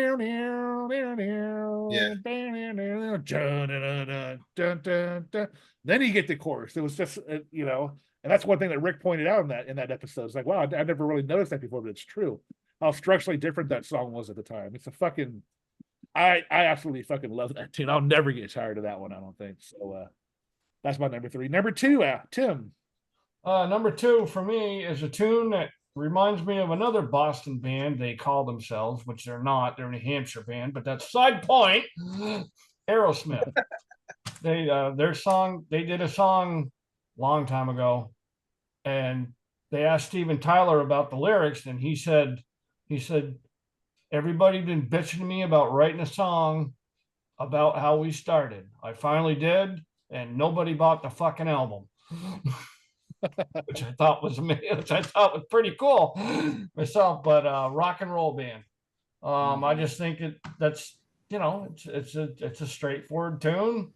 Yeah. It tells how they started out, and but I still can't understand how they practice out in the street. But that's side point. Sleeping in your car. Hey, I've slept in my car too. So that's understandable. But how the fuck do you practice a rock and roll band out in the street? You know? Like I said, I don't think that was completely, biographic. Especially in I Boston, think it was, because your equipment will be gone. I mean, Tom doesn't have money. He doesn't have that shit back in his basement, so somebody has money. So, but it's still a great tune. It's an uplifting, just a rock and roll number, man. Just balls out. I like it. awesome. All right, Joe, talk for a couple minutes on this one. Next, I go to the bathroom. Cool. So my number 2 is, in my opinion, the heaviest song on the album, and that is "Smokin'." I mean, right from the beginning with that killer riff coming in, and they're just balls out, just going for it on this song. Brad's vocals are just insane on this track. The screams and the harmonies are all just so great, and the solos. And I know Jerry, when you were talking about this one, mentioned the organ on this song. Yeah. Really great, like organ part to the song. Just such a great, just kind of back and forth on the instrumental, and that's why we talk about my number 1 as well. Some really great back and forth instrumental bits where the band's just going back and forth. And by the band, I mean Tom Schultz playing like 8 different instruments. Tom Schultz playing with himself. But just so many great little just different instrumental bits in this song, and it all just comes together. This fast and furious, great track. One of my favorites off the album by far is "Smokin'." So it's my number 2. I remember "Smoking" in concert was like a big showcase for like Tom Schultz. Like he would, go over to the organ and start up the organ solo after, it was kind of a big showcase for him, showing how talented. Show off song. That breakdown of "Smoking" is just amazing. Oh, it's fucking it's awesome, man. Yeah, that was my number 3. Great pick, Joseph. Number 2, man. Fucking great song, man. Yeah, I like it live. He takes a lot of pride in his, playing the organ as well as playing the guitar. He will spend as much time on the organ than he will on guitar, in a lot of the tunes. That's what it's so cool about Tom is he spreads it around. And his Gary Peel, his guitar player now, is a fucking great guitar player. Oh, that's his right hand man. Yeah, Mark should know him from Sammy's solo years. Play with Sammy. Yeah. Fucking great. I love Sammy. I'm seeing him in August. There you go. Mark just came out of a coma. I love Sammy. I'm seeing the best of both worlds tour. Mark was dazing off into space over there. Here's the word Sammy. Just sits up. I like Sammy. I was listening to everybody talk. Okay, there you go. Are they playing with Loverboy over there where you're seeing them too? I wish there was someone else playing. I love Loverboy, man. I love Loverboy. I love them, dude. I love Paul Dean, man. Great guitar player. I'd rather see somebody else, though. I guess you don't like Working for the Weekend. I'd rather see Loverboy headline. Or you don't like Hot Girls in Love. Or you don't. I don't like that song, but their best song is "Turn Me Loose." But their best song is "Bullet in the Chamber." Their best song is "When It's Over." That's a great track. Oh, that is a great fucking song. Lucky Bullet in the Chamber, it's fucking a great song. I love that fucking song. When It's Over, the track or the show? The song. And what pissed me off so much when I saw them open up for Styx and REO Speedwagon, that was like their one hit that they did not play. Really? Yeah, I was. Oh, when I saw them, they came from a monsoon in Arizona, so they didn't have a full set, and it was kind of sucks. They did play When It's Over though. I'll say they played all the other big hits and stuff, but that was the one that their set was cut in half because they got there late. So wow, I don't know. I always thought their best track was "Get Lucky" myself. I fucking love "Bullet in the Chamber" off "Loving Every Minute of It." Fucking love that album. That's just me. I love "Dangerous" too. That's a great song too. All right, now we're doing our top 10 Loverboy songs. No, "Dangerous" is written by Brian Adams and Jim Valance. It was originally called "Reckless," and then Loverboy took it and changed it to "Dangerous." That is so Brian Adams could come out with a song with an album called "Reckless." Yeah, the original song was called "Reckless." Yeah, and then he gave it to Loverboy, and they changed it to "Dangerous." They just changed. He goes, "You're reckless." They changed it. I think Brian does have his own version of that still. Yeah, it's on the 30th anniversary of Reckless. Exactly. Yeah, I thought. Yeah, we need to do a review of that whole 30th anniversary, not the original, the 30th, because there's a lot of shit I want to talk about. All right, Al, man, what's your number 2? My number two is gonna be Foreplay Long Time. Great, dude. This is like the epic track. You know, I just love the buildup of it and just the moods that it goes through, and it's killer, bro. What else can I say? Just fucking unbelievable. And but it's my number two. I have one that I like the I most. think we're gonna. I, think I we're knew gonna, it was gonna when you laughed when I think said we're it. I gonna knew it was gonna agree. be your number one. When I saw you chuckle when I talked about it, I knew it was Yeah, gonna I be know. your number one. There's a certain reason why it's number one, Okay. and when I get to it, you know. But number two is Foreplay Long Time. I love that song, man. All right, Andy. Yeah, I'm going to agree with my Black Spinner Circle co-host. It's going to be Foreplay Long Time for my number two. Great song, powerful song. Absolutely love it. But there's one more that I like more than that. So it's going to be Foreplay Long Time. And we all love Foreplay. Yeah. And Long Time. Well, long let me time. tell you another story about. I was gonna my say we found out teenagers. about that about Yeah. Terry last We're not night. talking about the Yeah. Two Live Like crew. Me so horny, We're me so banging. horny. Well, we're let's pull out Van Halen 2 again. I'm gonna see some. I might whip it out and do something here if you put that album on right now. Don't Listen, do it. man. Van Halen 2 is my favorite summertime album. But yeah, I didn't listen to the whole episode yet. I'm in a rock and roll band. All right, Mark. If you whip it out, man, I'm hitting the exit fucking button on here, bro. I wouldn't blame you. I'll hit the fucking road if I start Jesus doing Christ. it. No, I'd be like What's looking that? for Dave Ellefson. Say, hey, dude, you what's know, up, it's man? not a free for all and hard to sin. You could bet your life. Okay. Yeah. Stakes All are right, high, Mark. and so am I. All right. All right, Ted. Then I get to Peace Stay of Mind. frosty. You guys have already talked about this. A lot of people. I just love that fucking song. I understand about you. It's just all I want is to have my peace of mind. Take a look ahead. That red, the fucking Striper did a good version of that for that song too. So fucking great fucking song. One of my favorites of them by all time. Peace of Mind, my number two. Yeah, my number two is Foreplay Long Time. I mean, Damn.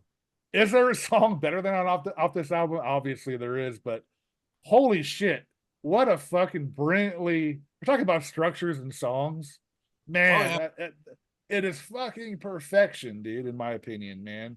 I love you get that chaotic intro, man. It gets really quiet. You get the little scraping of the guitar effect there. Then it, doom, doom, doom, doom, dun, dun, dun, dun, where. I just love how it starts out in Brad's voice, especially in the middle where he does that. Yeah, really, it's just an incredible tune, dude. I love it. Man, About you, yeah. it's been such a long time. That last Karaoke rules. verse. Keep it up. Oh, dude, it's fucking amazing. So I'm getting all fucking emotional over it right now. What a great fucking song it is. But that's my number two. There is one better, and I think me and Al are on the same page so far with our number one, I think, but we'll see. Oh, Yeah, okay. you guys don't have number one. I don't What kind think of you songs do. that make you emotional? Mark had put out a question out there about which. Was it you, Mark, that put out there which song is better of Learning to Fly, either by Petty? Yeah, Or I put Floyd. Learn to Fly or Learning to Fly. Because two Yeah. of the songs say learning and Foo Fighters say learn to fly. Which song is better? Yeah. But dude, the Petty one is just it gets me every time. I love that song, Learning to Fly. Love it. All right, we're down to the do it, Andy. Number one, do it. Number one song, guys. What is your number one song on the album Boston from 1976? Let's hear it, Tim. Well, folks, you guys already kind of stole my thunder a little bit, but I am personally going to go with Foreplay Long Time as the best song on this album. No argument. There's not even a question about it. It was close for me, actually. The keyboards on this album, on this track, are just devastating. And I'm not a keyboard guy. To me, keyboard should either be at the start of a song or not at all, but man, he just incorporated the keyboards into this song perfectly. And the instrumental at the start, Foreplay, is that's just Yeah. awesome. I mean, Live, he does like almost a 10-minute version of Foreplay. It's yeah, and then fucking awesome. you hear that It's epic, man. You hear that And little then- kick drum start coming in slowly but surely. It builds up and gets bigger and louder, and then all of a sudden they kick. And when they Yeah. kick, it's like they're absolutely right, man. The Foreplay to the sax, and it's just awesome. And then he incorporate the trademark Boston claps. the claps. Yeah, Well, I'm taking my time. It's a trademark, yeah. And I don't even think they had. I mean, they didn't have a trademark back then, sound or anything like that, but just sounded good to them at the time, and they put it in there, and now everybody knows the claps are coming. You know what I You mean? take away those claps, and it's not the same, man. Yeah, it's not. It's not. You take away anything from this track, it's not the same. I know it's Anything in this yeah, album. There's nothing on this album that shouldn't be there, and there's nothing on this album that should be there.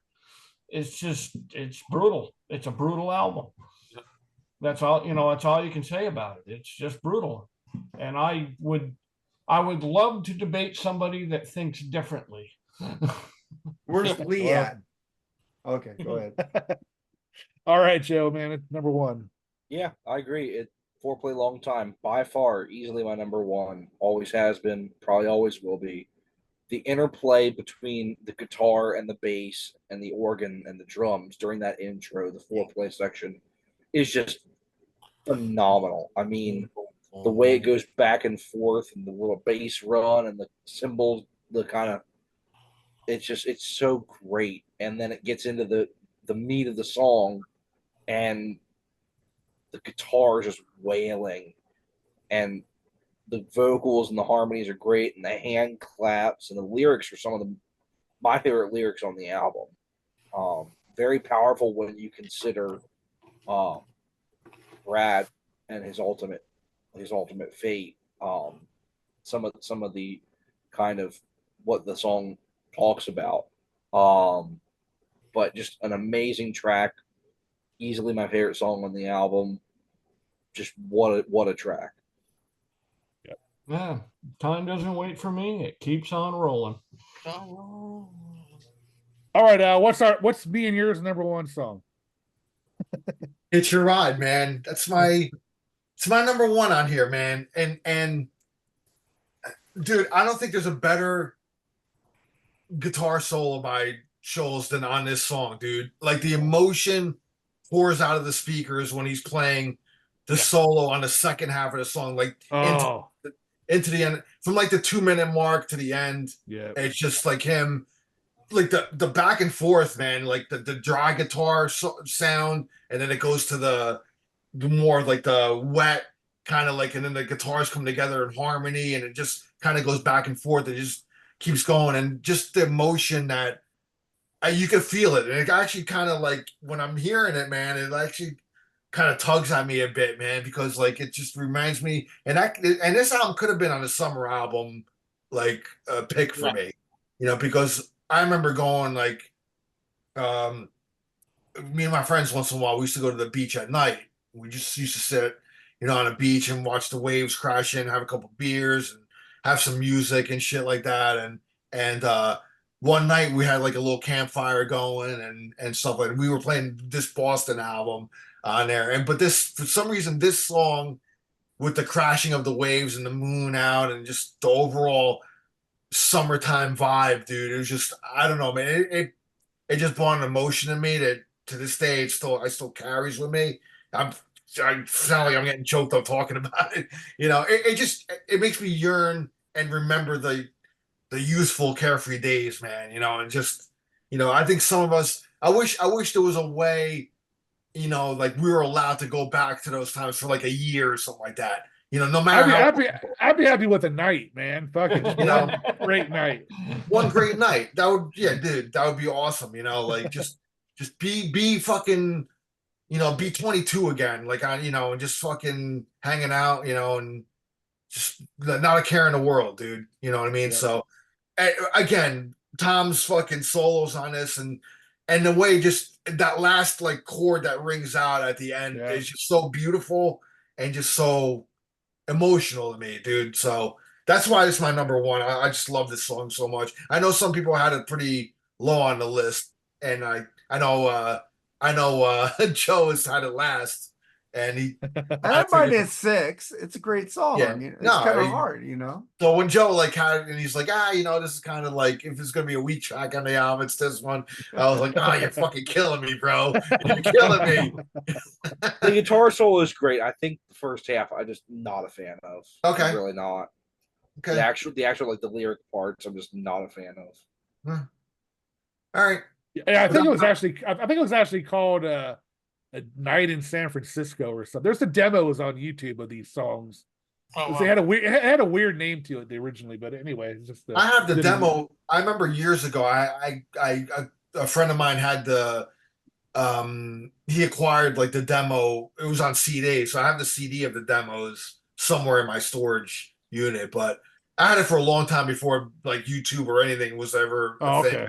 You know, it was cool to hear. It was cool to hear the demos from the first album, though. Yeah, it was pretty because I think this like the story is I think is that Tom destroyed the demos. I think he actually somehow somebody made some sort of like a safety copy that kind of the person, I don't know who's the engineer, maybe I don't know who the hell got it, but I think Tom destroyed the actual demos and a copy of it like leaked out, and that's how.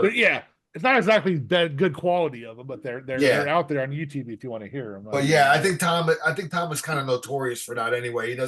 He hates that like when bootleg stuff gets out of for Boston. I mean, he made this whole album incognito, so I mean, yeah. Jesus, he sent the whole band to fucking California, just so he could make this album, you know. But that's my number one. Hit your ride, man.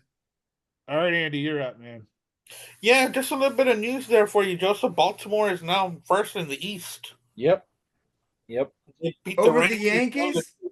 Yeah, the Yankees. The Yankees have been kind of slide. They've been sliding lately a little bit. The Yankees are like punks, dude. About a week or so.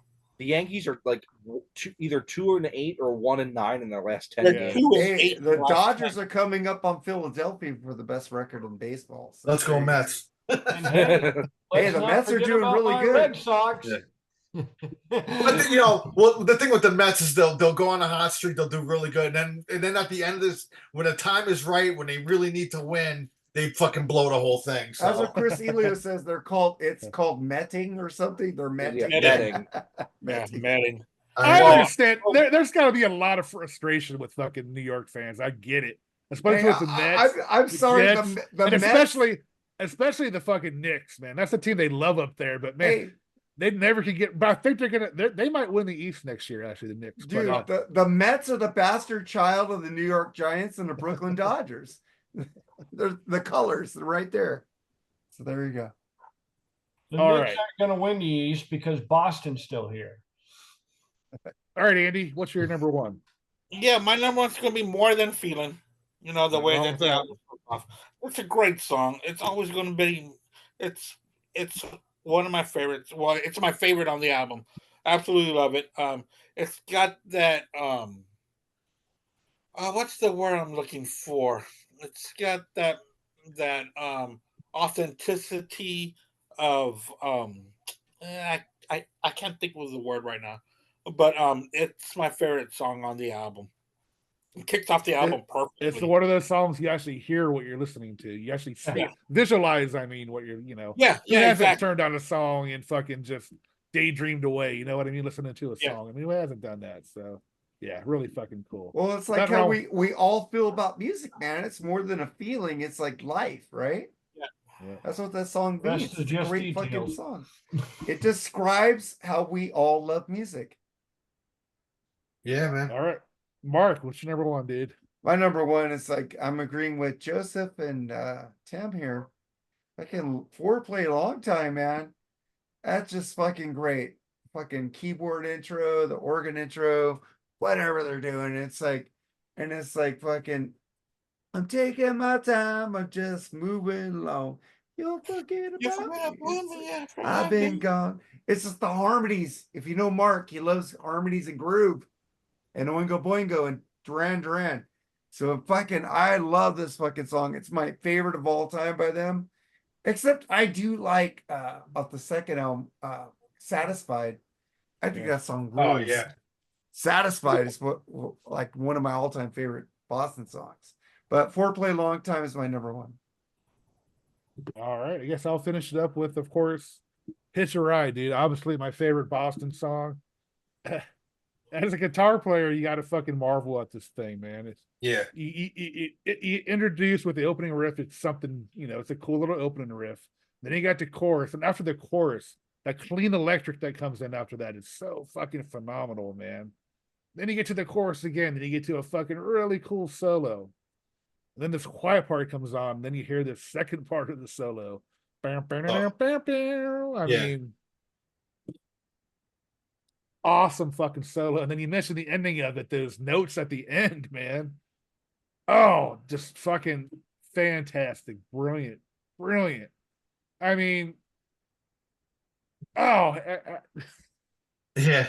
Dude, I I don't know what know, else man. to I say hear about you. it.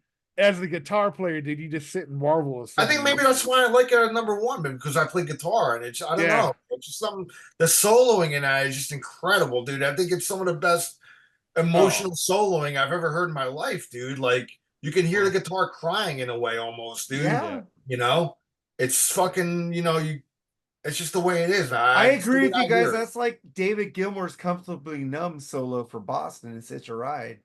So Yeah, I think it's Tom's best solo by a long shot. I agree with you on that. Totally. Just and I was talking. Al said, I just mentioned it about this ending notes, how that slow ending, and then that last note, that last ring out, man. That last little like dude. it's beautiful, man. The way that sounds, man. It's like almost like you know how many times I've rewound that part just to hear that Yeah. again. It's like I don't know. I just love it, dude. You know. Yeah, absolute fucking brilliant tune. That was the only sure thing on this list, was that being my number one. Oh, wow. Incredible song. Incredible fucking album. What more do we have to say about it? I mean, this has been a lot of fun, doing these songs with you. We actually had a lot of different, spots for these songs. I thought we were going to be a lot similar than I thought, so that's kind of cool. But anyway, this is a lot of fun. Thank you guys for doing this, man. It's one of my favorite albums, and I appreciate your input on it. Excellent. Just, all right, Al, you got anything you need to promote or anything? I'll let my partner promote it, man. Like we're doing on the show next week. Go ahead, Randy. Yeah, next week on the Black Spinner Circle, we're going to have author Robert Lawson on our show next week.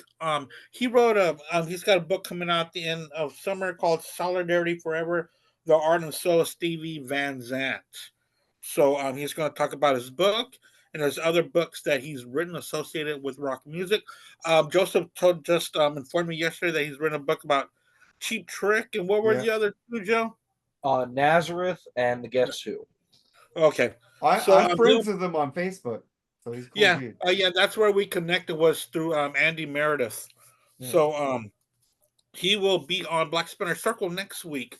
I'm talking about his new book and about the other books that he's written. So we are very excited to have a guest like that next week on Black Spinner Circle. That's awesome. So that's what we have coming up. All right, Tim, what do you got going on, man? I have absolutely nothing. I belong to no podcast or anything like that. I have no podcast or anything like that, and I'm retired, so I got nothing going on. Life is good. Life is good. Really good. Yeah. All right, Joe, man, what you got going on? Unlike you, I got to get up early tomorrow morning. Yeah, me too. I actually get to sleep in tomorrow morning for the first time. I do too. Usually I have to work early on Fridays, but I don't this time. So no, I going to see Hootie and the Blowfish and Collective Soul tomorrow night, so I'm excited for that show. I'm excited for Collective Soul. Yeah, they're going to be good. Not Hootie. I like Hootie and the Blowfish. I'm excited to see the few songs that I know from them. Yeah. Enjoy it, man. But yeah, so I'm excited to see them. Other than that, it's going to be a busy week next week for me at work. But other than that, it's going to be just enjoying the summer. Awesome. Yeah, I'm going to see the great Alan Parsons on Sunday. I'm looking forward to seeing that. Bucket list artist. I think it's his farewell tour. Not that he tours a lot anyway, but anyway. Never got to see him, man. I Yeah, wish I could. Yeah, I'm looking forward to it. I'm one of those guys that likes to look at the set lists, and I like what he's got on the set list so far. So I'm looking forward to that. What do you guys think of that? Do you like looking at the set list or not? Oh, I don't. I'm a big usually. set list guy. I'm a big not. set list guy. Or, I don't look at the set list. I like to Depends look on- at the set list so I know when I can record for the Freeform Rock podcast channel. So I need to know when these songs that I want to put up. I hate that I like that, but it is you know what song's coming up next. It kind of ruins it a little bit, but I always check, and I hate that I do that. I really do. For me, it depends on the band. If I've never seen the band, the set list doesn't matter to me because I never heard the songs anyway. But if the band I know, it's like, okay, what are they up to now? What are they coming out with? Yeah. But I don't necessarily like to know the order of the songs they're going to play live, just what is going to be on there. Like, okay, we're going to play these songs, but we're not telling you which is first, which is second, which is third. Yeah. I like a little surprise, Yeah. I don't like to look at a set list at all. I do because wish- I want I to know wish I when I didn't. can record what I want to record. That's I'm with Andy on that one, bro. Well, I'm with Andy on that. I like to go in not knowing what the hell they're gonna play. well, you record the whole shows. I only record 2 to 3 songs, so that's Yeah, why I I want know. to know. Yeah. Yeah. For me, a lot of times it's like if there's certain bands that I'm on the fence about seeing, the set list will usually be my determining. Like I'm my friend really wants to go see Megadeth's tour in the fall. They're touring with Mudvayne and All That Remains, which I love Mudvayne. I'd love to see Mudvayne again. I've seen him before. I have no clue who All That Remains is, but Megadeth is one where it's like it is very dependent on the set list as to whether I'll go see Megadeth or not. And I'm very kind of up in the air right now. They seem to be switching up their set list like every night on this tour, which is really weird for a band like Megadeth to be doing. But there's on the last week or so, there was one show where they played, I think, 12 songs from the first 4 albums. And the next night they played 4 songs from the first 4 albums. Wow. Oh, And I'd rather go to the one with the 12 from the first 4 albums. knowing my luck, I'd go to the show with Peace Sells and the 3 songs from Rust in Peace plus Trust and She-Wolf. Like I'd get that show. That would be my luck. So I'm like, I'm very hit or miss with bands like that, and like that's one of the reasons I typically look at set lists. Also, I just love to see. I'm huge on like going on Setlist FM and like clicking I was there and like being able to track all the different shows I've been to and like seeing what songs I've seen live, what songs I've seen. oh yeah, that I do like that kind of stuff. Yeah, but I just love I just love bands and set lists and stuff like that. So I like Awesome. I like collecting the set lists after the show. Oh yeah, I've seen that. Yeah. What I like to do with the FM set list, like Joseph was saying, is I'll go back to an old show like 25 years ago that I went to and make a playlist according to what was played at that show I went to. I like to do that a lot. Yeah. That's a lot of fun. All right, Mark, man. Why don't you take us out and promote our stuff, man? Well, next week on the BS sessions, we have Eric RNCB Jordan. I don't know if any of you all could join us on July 4th. You guys might be busy. I'm not doing anything. Blowing off your hands. I don't know, but we're doing red, white, and blue songs with red, white, and blue in it, or mention red, white. The title, and blue. no. Only in the title. Only in the title. Yes, I made that clear. Only in the title, red, white, and blue. I thought we both came up with this. No. Red, white, and blue. Okay. No, that was mine, dude. Oh, only in the title. Well, shit, we're doing yours 2 weeks in a row, bitch. Fuck. I'm just joking. You gave it to me because I gave the idea a couple of weeks ago. Oh That's yeah, why that's you let cool. me That's do it. cool because I did ask you what you. So if you guys want to be on, let us know. Eric Ironsby Jordan is already. I'll have to message him, say only in the title. Have to change it for him because then it'll piss me off in the show. But and then on Freeform Rock Podcast, we got the great Stephen Kirsch. We're doing Thin Lizzy Renegade tomorrow, so Oh, check that man. episode out. That Great was a album. fun episode. That was a Great fun album. episode. Great Yeah. album. Yeah, so check that out. But that's all. Not we my, got, man. not my favorite in the Thin Lizzy catalog, but it's still a good one. Yeah. So that's all we have going on, Jerry, man. So take us out, man. Thank you guys for being on, man. Always love having you on, man. And Metal Ben, if you're listening, man, we gave you an invite, man. Anytime you want to come on the show, let us know, man. Yeah, he was on there last night in the comments. It was good to hear from him. Let us know. And guys, be safe out there. Take care of yourselves, man. And let's be doing this 30, 40 years from now, okay? Yep. Hey, Tim, All man, right. great meeting you, bro. Oh, great meeting you too, bro. Nice meeting you. Oh, yeah, take care, man. Joe, Right. Al, Jerry, Yes. Everybody, thank you guys for being on here. You guys are a pleasure. I love you guys. Peace. God bless, peace, and let's get the fuck out of Cheers. here. Later, guys. Later. Yeah.